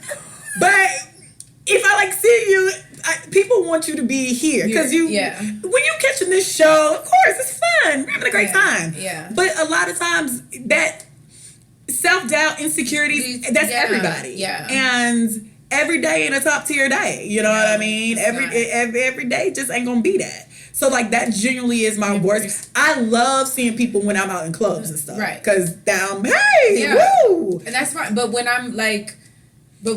I get in my drunkenness, I don't know how that, I mean, I don't want anybody that listens to this show and that sees. You lead with you listen to. You know what I realized? If you lead with, I listen to the show, I can cut it on if I'm drunk. If that makes sense. Because sometimes I'll be like, because if you come to me and you like be weird, I'll be like, why the fuck are you near me? Get the fuck out. Like, you gotta lead with like, yeah. But it's just like, you know, that's one of my things where like I get nervous because I know how I am when I'm drunk. Like, you know. It could be a bad night, and you know. Yeah, I don't want nobody to have no bad experience to listen to the show. And then you know, it's just not one of those things. Like I'm not. But you're all right. I think people we have to worry about me more than you. I gotta be real strict, which I'm working on. I decided. But like that deep spiraling of thoughts, and that is something that I'm really, really working on because like a part of me, I really don't give a shit about, I don't care about a lot of things. Like, because the things that I do care about, I'm very passionate about, and I can't care about everything because that's too much energy to put out. So the things that I do care about, I have to, you know, keep that on reserve. But I've just noticed that, like, I am very aware that, okay, I got to check my self-doubt. I got to check that spiraling of thinking that when something is perceived to be different in my head, Oh, I was that on Memorial Weekend. Like, I can't be that. I can't take things personally. Like, I don't want to be that person. You have to be like self-assured, because I realized that about me. Yeah. With like one of my homeboys, and I realized it was me, because anytime I felt like I missed the boat or missed out, it was like, okay, so you're best friends with them now? What are we gonna do? Oh my God, huh? Yeah. What? What is this? What is that? And then finally he was like, when you became so insecure about everything? And I was like, huh? Bitch, I ain't insecure. Yeah. And he was like, then he started talking about like my dating life and just everything. He was like, you really? He was like, the girl I kind of met that thought she was so fly, ain't this, what's going on? Like, I met you, you can tell you shit. It's Ebony's here. Like, what the fuck you mean? Yeah. I'm here, bitch. Yeah. And then he was like, it just kind of, he's like, over the past couple of years, you ain't been the same wing woman I had. You ain't kicking it. You even in relationships. He was like, when you got so insecure with boys. Yeah. And I was just like, I am. He's like, you're definitely like super insecure with boys. He's like, when did you stop being, I'm Ebony? And I was just like, I don't know. But then I realized life is happening so fast. Mm-hmm. And it's like, I know it sounds weird, but it's like, okay, so what am I doing next? What is the goal here? Mm-hmm. And granted, the end goal is death. I get that part, but it's like that's dark. No, you know what I mean? Because like, once you're done, it's your death. But it's like, okay, so I don't have the career I want. I'm not married. I don't have the kids yet. Like, what am I doing? What am I doing? What am I doing? And I realized that made me super insecure. Yeah, yeah. Not having what I perceive to be the dream job. Yeah. Or the dream family. Yeah. Or the dream house. Or the dream. Whatever I had in my mind. Yeah. It's like, but I'm just, mm-hmm. It's just going by so fast. And I'm like, what?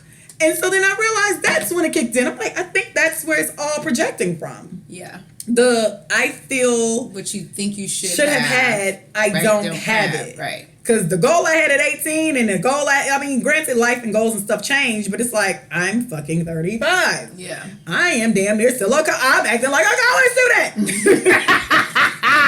I'm a gateway drug college. Yeah. Like, what is this? So yeah, that's why like, I'm going to spend the rest of the year getting that together. I started working out again. Good. You look good. Them thighs, girl, these legs, and these shorts. Sis walked in and was like, you lost weight. I said, yes, I looked. I said, these shorts is shortened.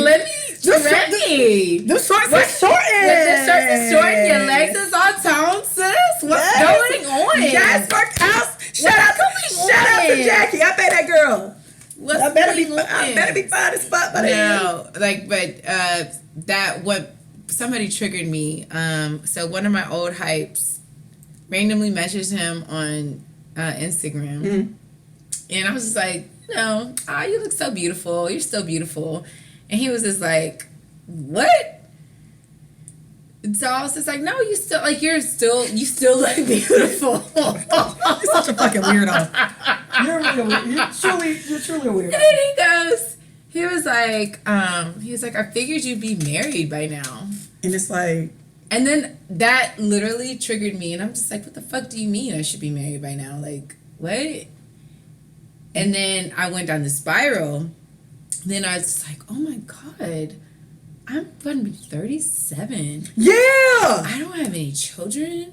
I don't have my dream job. I don't, like, I'm renting a room for my friend. I'm renting a room for my friend? I'm just a fucking mom. What the fuck am I doing? But then, so I really started to do some internal work, right? And so I started thinking, like, okay, wait a minute. First of all, this nigga cheats on his girl. And so you tore him down to make yourself feel better. No. I'm just stating facts. I'm just stating facts.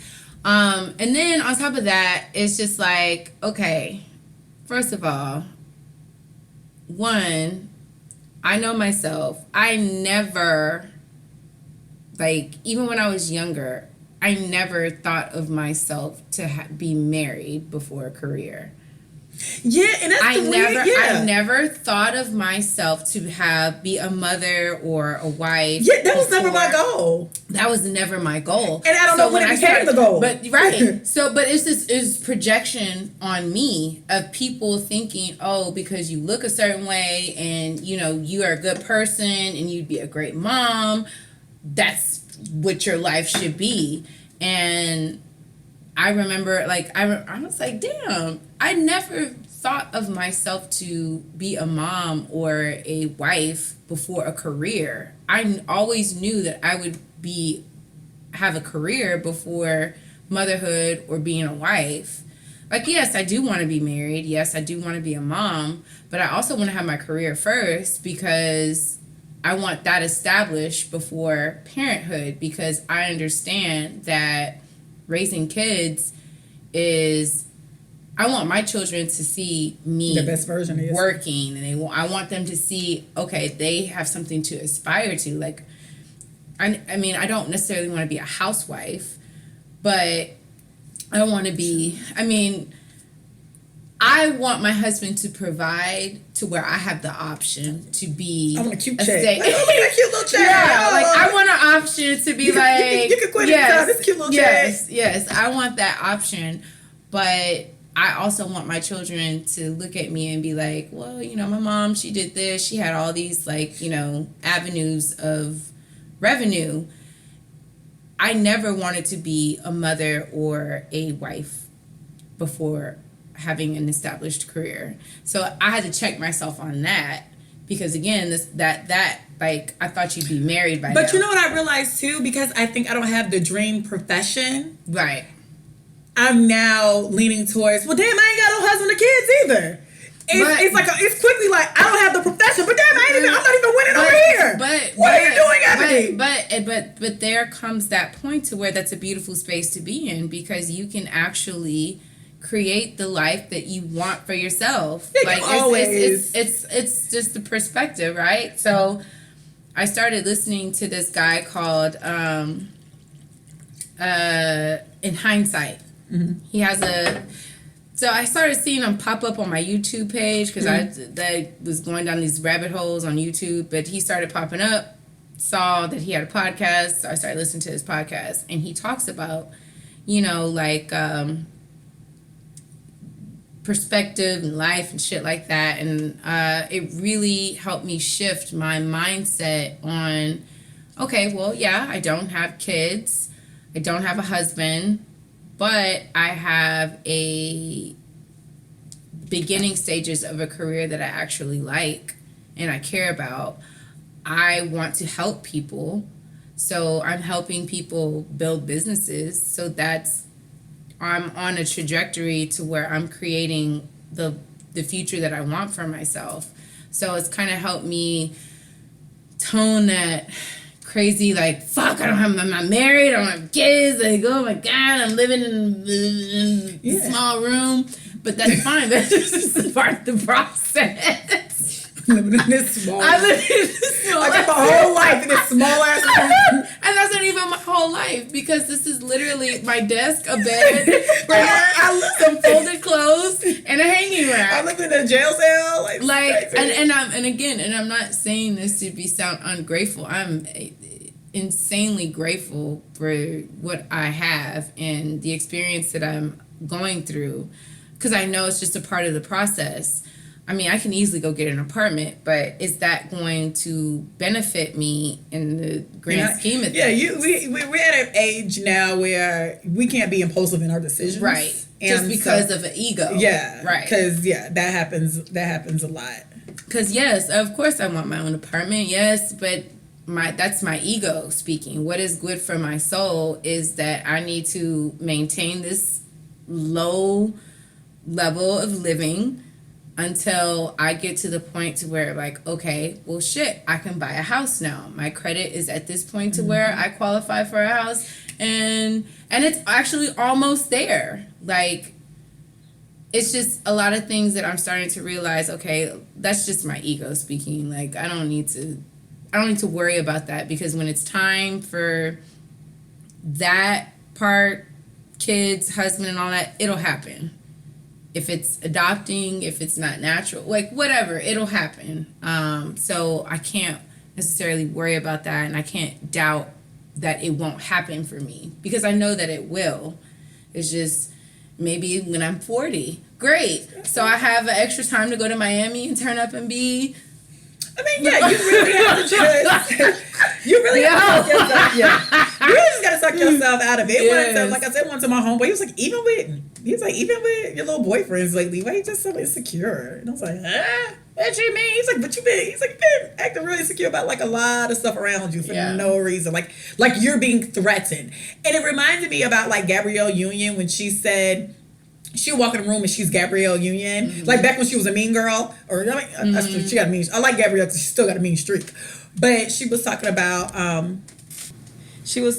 how like she did a speech and basically she was saying how she's this beautiful woman. Mm-hmm. She's charming, she's fun, but the second somebody else came in the room, she felt threatened. Mm-hmm. So she was finding ways to tear them down to make herself feel better. And she said she had to do a lot of work on it because it had nothing to do with the people. Mm-hmm. It was all about her. And I think I've gotten into that space that I'm still always gonna have like a kind of dark humor type of thing about me because I do have like dark humor. Mm-hmm. But I realized at some point it changed from being like dark humor to me to just actually being mean to strangers, not necessarily strangers, but women in places amongst friends or like anything like that. Mm-hmm. And I literally went from kind of the cool girl, cool kid who could get along with anybody if I wanted to like intentionally trying to make a bitch hate me. Yeah. And then on the flip side, because that's a double-edged sword in my mind, because when people don't like me and they don't know me, I'm actually super sad about that. It's like, well, why don't you like me? I don't get it. But then when I'm intentionally trying to make somebody not like me, then I'm just like, all right then, bitch, and you can't whoop my ass. Like everything is with me is, do you want to fight or not? So are we fighting or we're not fighting?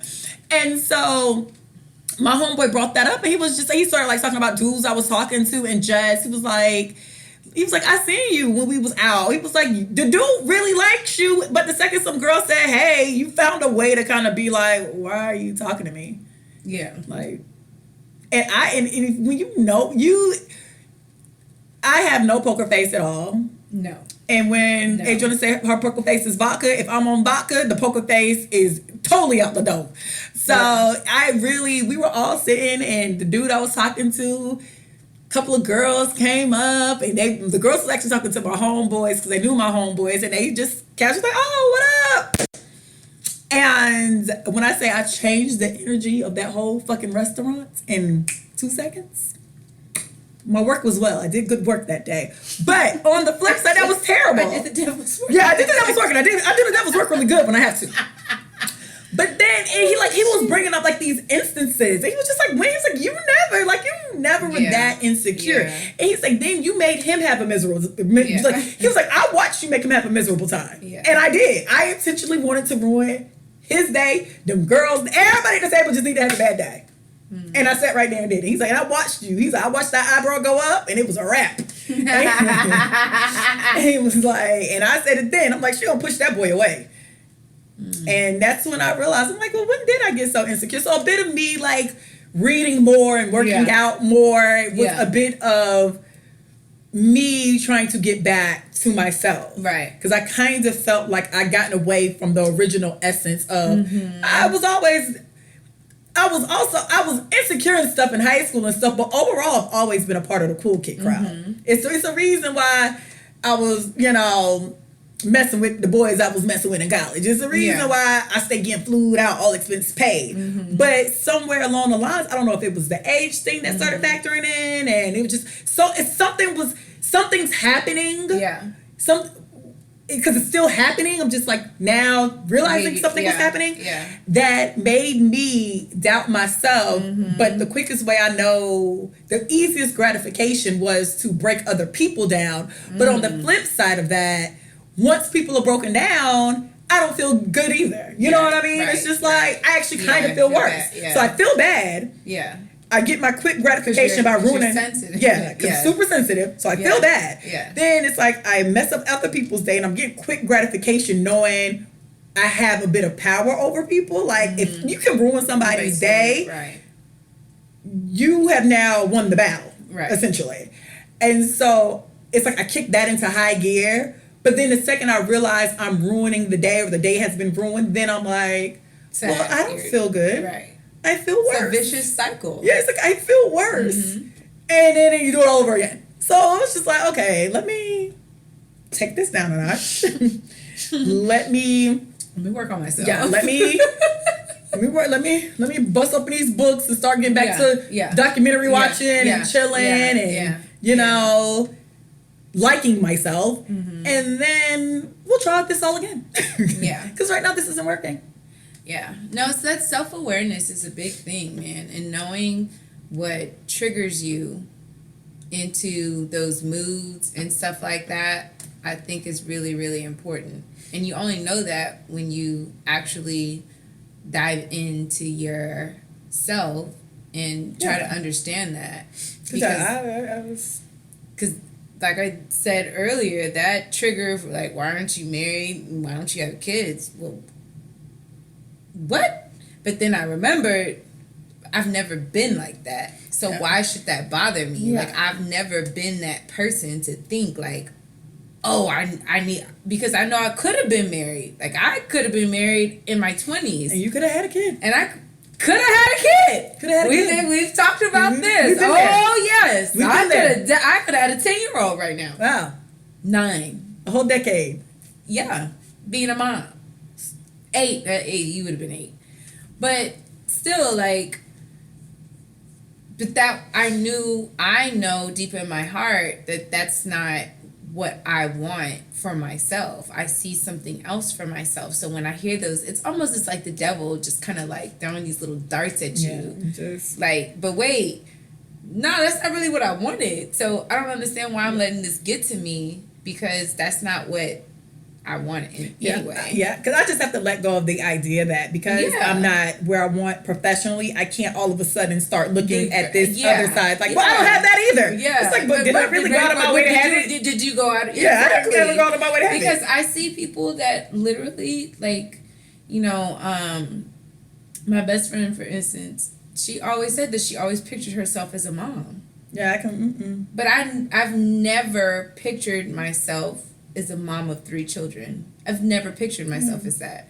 I've always pictured myself as just working and like doing my thing. I've always seen myself with a spouse, but the traditional house and kids and dog, like how Tamara Maury's Instagram page looks, I love it.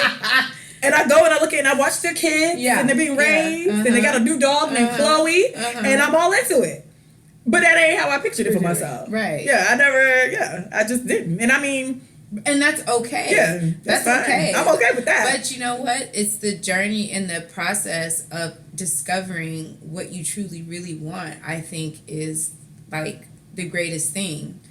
Because even though, no, I am not where I want to be, I could be a lot further given the things that I've experienced and stuff like that. I absolutely could be a lot further, but I'm grateful for what I have and what I know now, because if I was given what I have in front of me that's right now when I was in my 20s, I probably would have fucked it up because I was an idiot. But I'm grateful to be, you know, more experienced and wiser, that I appreciate things better. And I'm not materialistic in that aspect as before when I was in my early 20s.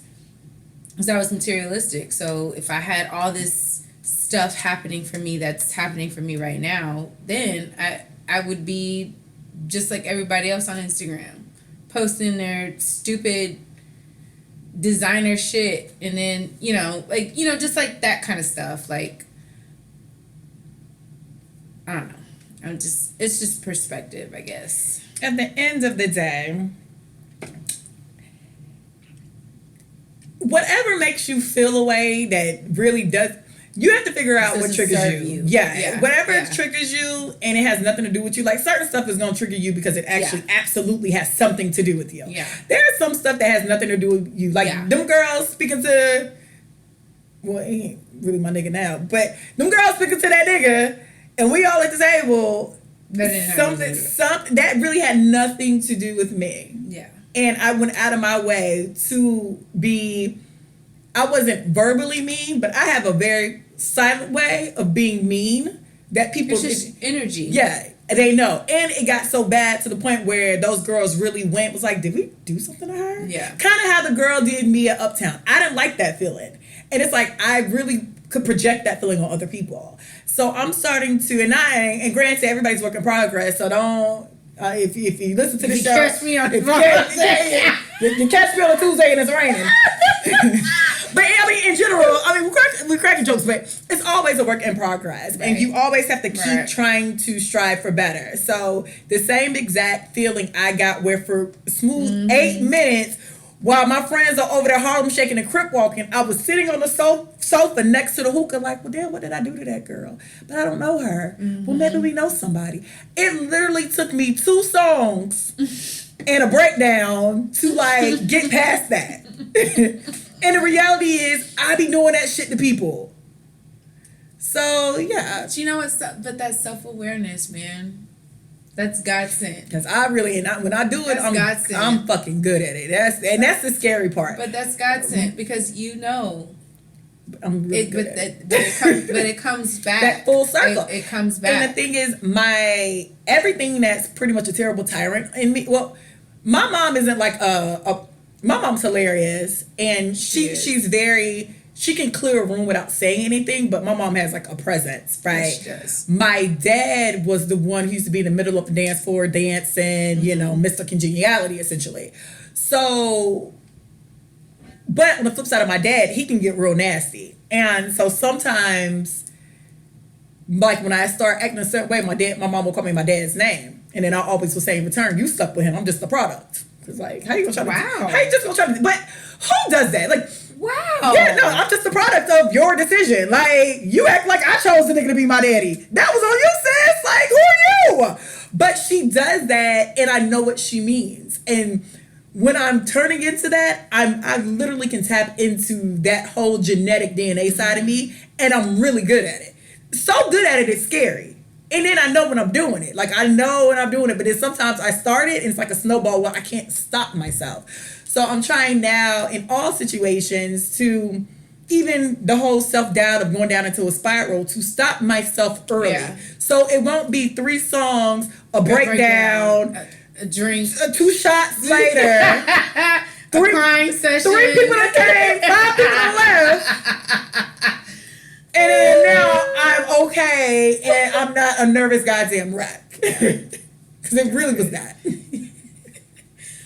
Again, self-awareness is key. So we all here. We all work in progress. We're recovering from self-doubt, people. That's it's all good. So we'll try to do this again next week. I will hope. Yes, let's do this next week. Let's plan on it. They hear it. Girl, we taping the show tomorrow. Is that what the show at, huh? We taping the show Saturday. What the show at, huh? But we're really gonna try it because eventually we want your money. So at least $5. Like, yeah, at least $5 a month. So look, guys, we got things to do. We got people to see. We got kids. Yes. Look, and we got shows to do. Okay, we want to do a live show. Yeah, we're back. We're back. I'm back in Houston. The streets is open. The streets is open. We back. We open. Abbot, Crazy Legs. Listen. Let me tell you something about abortion, bitch. Abbot, you can kiss my motherfucking ass. Crazy Legs. So you want to have people down in basements with wire hangers and vodka? Because that's all that's going to happen. The reason they legalized abortion anyway was because people was doing this shit anyway. Absolutely. Drinking turpentine, because gag you. If you drink a little turpentine. You can't feel nothing at the bottom. No. They say turpentine, if you... Okay. Oh, that takes it out. That clears it out. Oh my God. Can't drink too much, but you can kill yourself. So you got to be in touch. Now, granted, I don't know the dosage, but because that's some old school backroom South shit. I ain't gonna tell you how much to take. Jesus. I will say a shot. Ladies, wrap it up. This crazy ladies is coming for y'all. It is. I got my birth control somewhere right now on the counter. On the counter. Oh yeah, my birth control sitting right on that counter. I don't even play them games. Y'all, wrap it Listen. up. If you don't think that he gonna be a good daddy, my birth control really on the counter? yes, it is. Wow. It actually really is. Wow. And I said, look at her. Good for her. Look at my sister birth control. Look how controlling birth. I said, good for her. Controlling birth. Look at her. Look at her. Just out here. Stupid, but dead ass. Like, ladies. Wrap it up because these motherfuckers. Because these niggas be lying to you when that pre-cum and the first thing they saw me in my orientation at FAM was how pre-cum can impregnate the whole goddamn city of Tallahassee. Y'all better stop playing. Listen, I'm gonna tell you from experience. And they can tell you ask you if you good. You asking if you good. He says yes. Go and get it. Mm-mm. Because I was down to the clinic, surprised, upset. With your legs sitting up. With my legs up in the air and the little straddle. Yeah, I hate that little straddle. And then talking about you want to look at it. No, I don't. No, I'm pissed off. That's not supposed to be there. I was about to say something, but I don't want the abortion people to come. The people who are pro-life, because I was like, you don't look at it, no, I'm about to kill her. I'm about to kill her. What do you mean? That wasn't supposed to be there. This wasn't a part of the plan. Well, you want to look at it? No. Like, this motherfucker finna be gone. What you mean? Like, we don't need to get to know each other. This is an olive. There's nothing to see here. So listen, them niggas don't pull out. These niggas don't pull out. They wanna fuck on you raw. Yeah, they do. Ladies, wrap it up because Abbot is out here on some fuck shit. He's trying to hem us up. Yeah, he is trying to hem you up. He trying to cancel hot girl summer, like, hot girl winter. Why I gotta drive to Louisiana? Like, that's too much. Why do I have to drive out of state? Yeah. Now I gotta fly home. Now I'm going back to Florida telling my mom I'm pregnant. Yeah, I'm doing one. Yeah, mama, what you come in town for? All the abortion. I set up an appointment. Yeah, like I gotta fly. Can you come with me? Right. Are you off? Now I gotta fly in Thursday, have my abortion on the Friday, and come back to work on Monday. That's sick. That's too much. Sick. Yeah, that is so fucking sick. Stay out my goddamn uterus. Please. Like, stay out my coochie. Anybody that doesn't have a uterus needs to stay No, out of and I don't give a fuck. Like, stop. Because let me tell you something. Side note, when we're talking about this, because this is one thing I've always been passionate about. My family does a lot of DCF, which is Department of Children and Family. I don't know if it's DCF in all states. So is DCF in all states? Child Protection Service, CPS. Okay, so it's Department of Children and Family in Florida. Services, yes. My family does a lot of foster care. My grandma literally had a foster house. Hundreds of kids have been through my grandmother's house. My grandma adopted somebody. My aunt adopted somebody. I have another aunt that adopted a child. When I say my family is like deep into foster care, I got auntie now work down to the DCF. My family are all damn near licensed or not licensed. I guess licensed. Whatever. They're all able to. A lot of my family can do foster care. Mm-hmm. Foster care system is fucking terrible. Horrible. The alternative to that, to me, would be to have an abortion. Like, I'll be honest with you, I could not live knowing my child is in a fucked up system. Yeah. Going house to house. That's exactly what they do. Bed to bed. Bed to bed. You know, not all of them get a place to live. Not all of them find a place to stay. It's so many kids that have came through my family. I mean, some have stayed. And the fucked up part about it is that you don't even know what type of situation they're going into. Exactly. You don't know that the people that are taking care of these kids are actually nurturing. Because you get a paycheck for the kids. You get a paycheck. So some people use each head. Yeah. Each head you get. And my grandparents were foster parents. I'm not, and my family, not to like act like everybody's family is bad, but my family was a good family to be fostered by. But it's heartbreaking. It was a lot of people we got attached to that had to go. And then they go into the next home. And they go to the next home. And it's sad. Like, and you don't know. I've seen my family boohoo crying because kids had to go to the next home. Mm-hmm. Like, that's separation of siblings. Yeah. My family had 4 kids. One ended up having to go. Now they had 3 of them. One ended up getting adopted.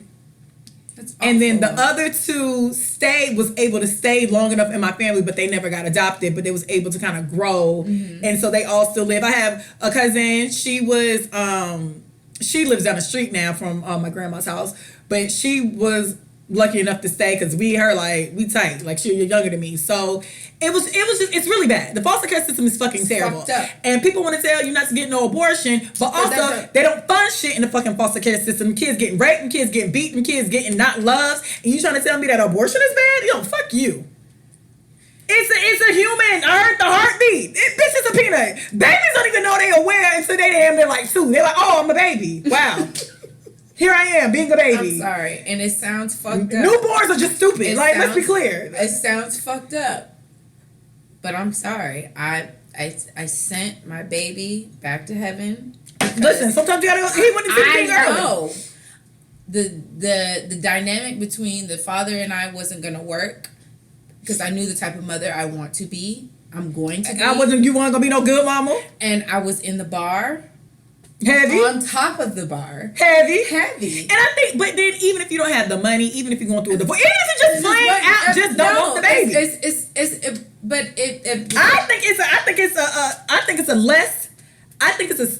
Is it selfless? It's a selfless thing. Because I'm thinking of your goddamn life. Because and then they be like the weird people. It could be the next Barack Obama. It's fucking not. It's not. He's relax. Not going to be the relax. Because and then I remember when I was pregnant, like that week before I got my abortion, I saw this lady at the bus stop with a baby on her hip, with that them old school strollers where it didn't have like a top, but it was just like so she was going through. It was like that material with the. And you sit the baby in the thing in the stroller, and it had like little canes. You know what I'm talking about? I know. You know what I'm That's talking what I'm saying. That's what I'm like. Oh, so she was going through. And she just had the baby on her hip with the stroller, and I just said, I'm disgusted. Like, I don't want to be like that. But I think about dudes who I probably should have been pregnant from because he was raw dogging and I want to work on. Yeah. God said, God knows. And like he used to come and just like lay in it, but neither Jesus. No, like didn't pull out like. Oh, he shot it up. Shot it up and said in it. AKK. Yeah. Soldier. No. She make it clap. No, it was dead ass, and then like laying, like not even after that, not even pull out like laying in because we call ourselves liking each other, and being in love and shit. And y'all just wanted to lay on top of each other. What was I usually I was on my stomach? Nope. I was on my stomach. Oh, and then you're like, I love you. Just in the glory, girl. In the glory. But I was thinking about him specifically because we genuinely was like out here like living, right?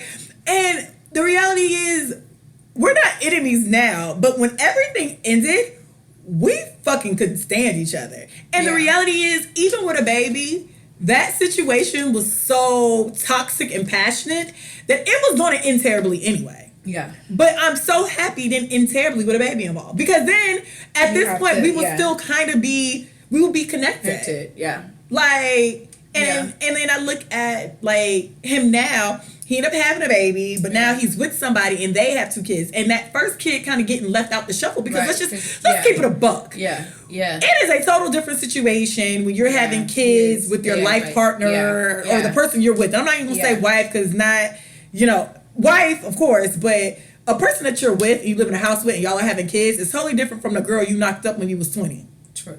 Or whatever the case might be, or the side piece, you know what I mean? And it's like sometimes if you look the redheaded stepchild. Yeah, you just coming in. I don't care how much. And I was just watching like Will and Jada and his ex-wife Cherie. Mm-hmm. Even with that situation, he was married to Cherie. Mm-hmm. She wanted the divorce. Mm-hmm. They got divorced. Him and Jada get together. They have kids, and they've had multiple talks. Will has talked. Jada has talked. Cherie has talked.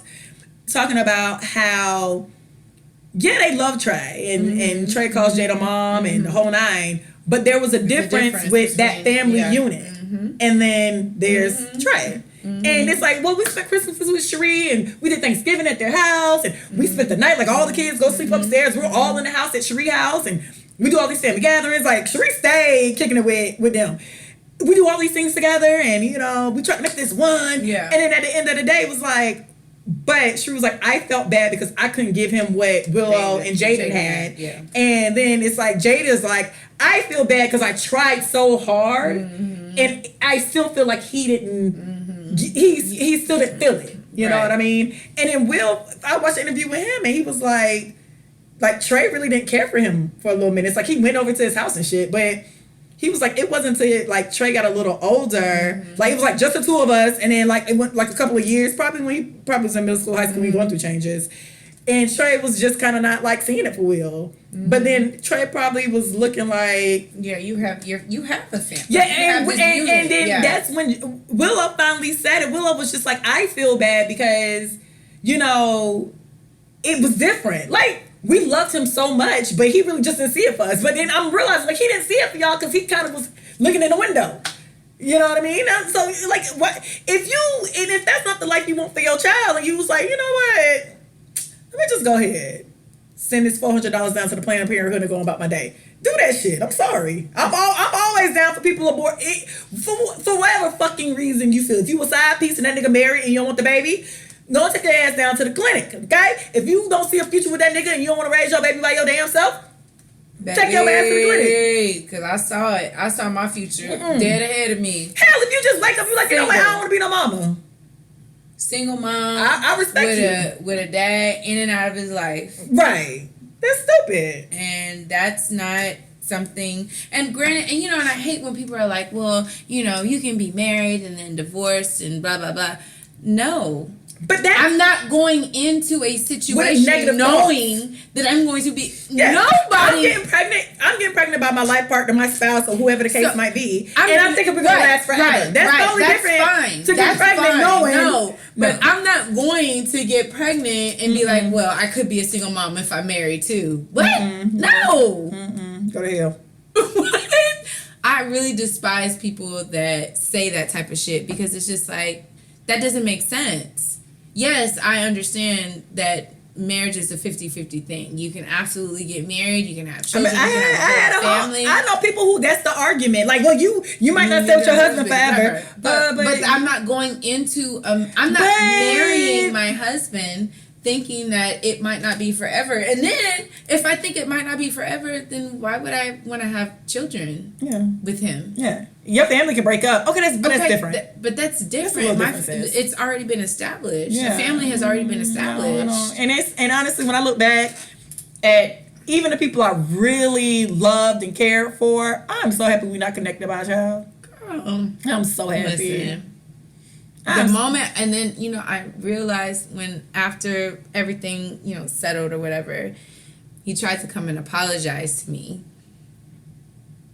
But, and at that moment, I knew I made the right decision. Exactly. Because of how he handled me at that time.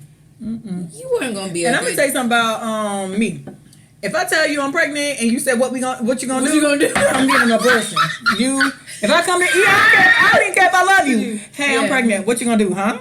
Oh, say less. I wish I had those text messages. Say fucking less. I wish I kept those text messages. Say less. I wish I kept those text messages. Because that was the exact text message I got back an hour later. Listen, say less. What we gonna do? Oh, what you gonna do? No, say it less. Wasn't we. What you gonna do? What you gonna do? Say less. So what you gonna do? You ain't got that and right after that, right then, I'll be down to the Googles trying to find the nearest abortion clinic, trying to see if my doctor can do this shit. Like, get the fuck. But you know, neither here nor there. Abbot, fuck you. Crazy Legs. You know what? Karmatic retribution is real, and I hope one of your daughters get pregnant by somebody she don't want to be pregnant by. Girl, I hope his daughter get pregnant by a nigga. Nigga. And he be like, what the fuck? I made up these rules. I can't. Yeah, I want that shit. And all she found out at 7 weeks she was pregnant. Yeah, I hope your daughter. Oh, we in Texas because I feel like a Latin person about Mexican probably take his ass out. I hope your daughter get pregnant. A nigga. Oh. You think a nigga? Never, I'm not gonna say it's gonna sound super racist, but either way, I hope your daughter get pregnant by somebody you don't want to be pregnant by, and then but all they gonna do is but she gonna find out at 8 weeks. Yeah, 9 weeks. All he gonna do is fly out to Wyoming and act like the shit didn't happen because you know that's all politicians and white men be doing in power. 8 to 9 weeks, no, or maybe even 17 weeks. She finds out at 17 weeks because she's not showing. 17 weeks, that's murder. Okay. 17 weeks is murder. Listen, but shout out, if you think you're pregnant, just be on the stick now though. Don't be waiting like my period coming tomorrow. Just better safe than sorry, sis. If your period is a couple of days late, just go ahead and be on the stick. Hurry up, do it, and because he closing that gap. You need to get the three. You need to get the 3 stick because I'm gonna tell you why. Because sometimes if it's too early, it be inconclusive. Yes. So you need to get the pack with the 3 sticks in it. Yeah. So the second your shit late, you pee. Yeah. If it's inconclusive, you just be like, all right. Yeah. Now wait 2 days, peel that hoe again. Because that's 4 weeks. So that's 4 weeks. Yeah. And then you need the third one. Yeah, you do the first one. Now, if it says negative, but your period still... Okay, if it's inconclusive, you got to take it again. If it says negative, but your period still don't come on, you need to wait like another like 3 to 4 days. Yep. Right? Pee on it again now. And so, if it says inconclusive, that you definitely need the third one. And if it says negative or positive, then you know the decision that needs to be made. I don't make the rules, bitch. I'm trying to save you. Also, you got to keep track of your period. Because mine is starting to become irregular, and that's scary. Irregular periods cause for irregular pregnancies. Yes. So here's the thing. If your shit is irregular, I suggest you get on birth control because birth control will regulate some shit now, and then you can avoid some shit. Scared of that. I get on and off birth control. Okay. Well, I'm scared of birth control. Also, just protect yourself. Just get a 3-pack. Just get a condom.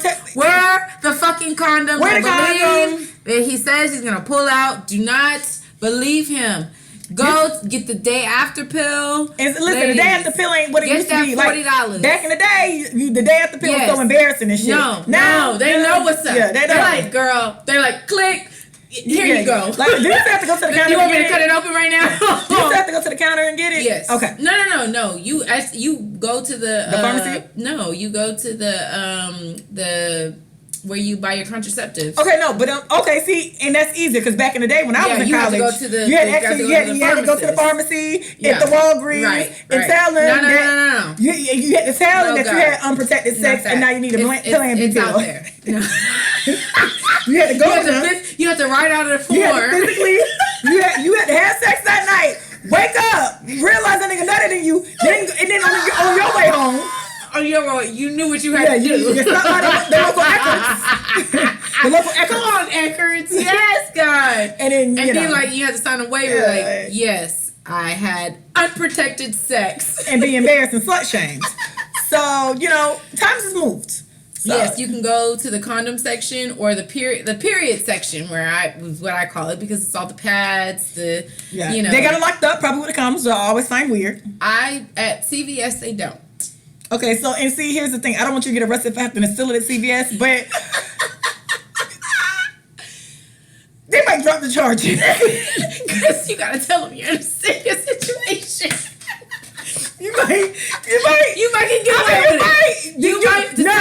You might have to go to jail, but it's 16 hours. 8 hours in, it's gonna be dropped because and not even if they drop it, you might have to do like probation for 6 months. But however, even if they don't drop it, it's less than $20. Oh, it's less than $100. But even if they try to make it stick, sometimes they do it where once you do your probation, the charge disappear. I'm not gonna say that's worth it, but I'm not gonna say it's not worth it. Especially when you're dealing with a sorry ass nigga. I'm not gonna say it's worth it, but I also won't say it's not. So 6 months of probation and 25 hours of community service. You figure it out. I don't know. You figure out what your lifestyle is. And you just get regular. What's it called when you get? Because I always pay my attorney. What's the other public defender? Just a little public defender straight out of law school pay. I'm not gonna say it's worth it, but I'm not gonna say it's not worth it. Ladies, be careful out there because these niggas is trapping. Just be celibate. Fuck it. Abstinence. Ladies, these niggas is trapping out there. They see it's hot girl summer. It's twerky later. It's WAP. It's up and it's stuck. They want to be stuck with your ass. Okay, they want to be up and stuck with you. You done found you a good job. You graduated school. That nut is up and stuck in your ovaries. Ladies, be safe out there. I'm good. We open back up. Don't you open up. I agree. But we're here. Well, this was fun. Y'all got 2 hours. I missed you guys. I hope you enjoyed. And that's it. We're gonna be back. Yeah, we're gonna be back. We're back. NatoyaEbony on Instagram. We're covering Party Girls on Instagram. Party Girls Pod on Twitter. AD is too cool on Instagram. 80 is too damn cool on Twitter. Yes. Thank you. And then I'm not really on Twitter. And you can grab you some merch. We just out here, sis. Get your life, strap up, fuck these niggas, hot girl summer. Twerk on these niggas. Yeah. Real ass bitch, give a fuck about a nigga. Okay. Okay. Sorry. Okay, bye. Bye, y'all. Bye.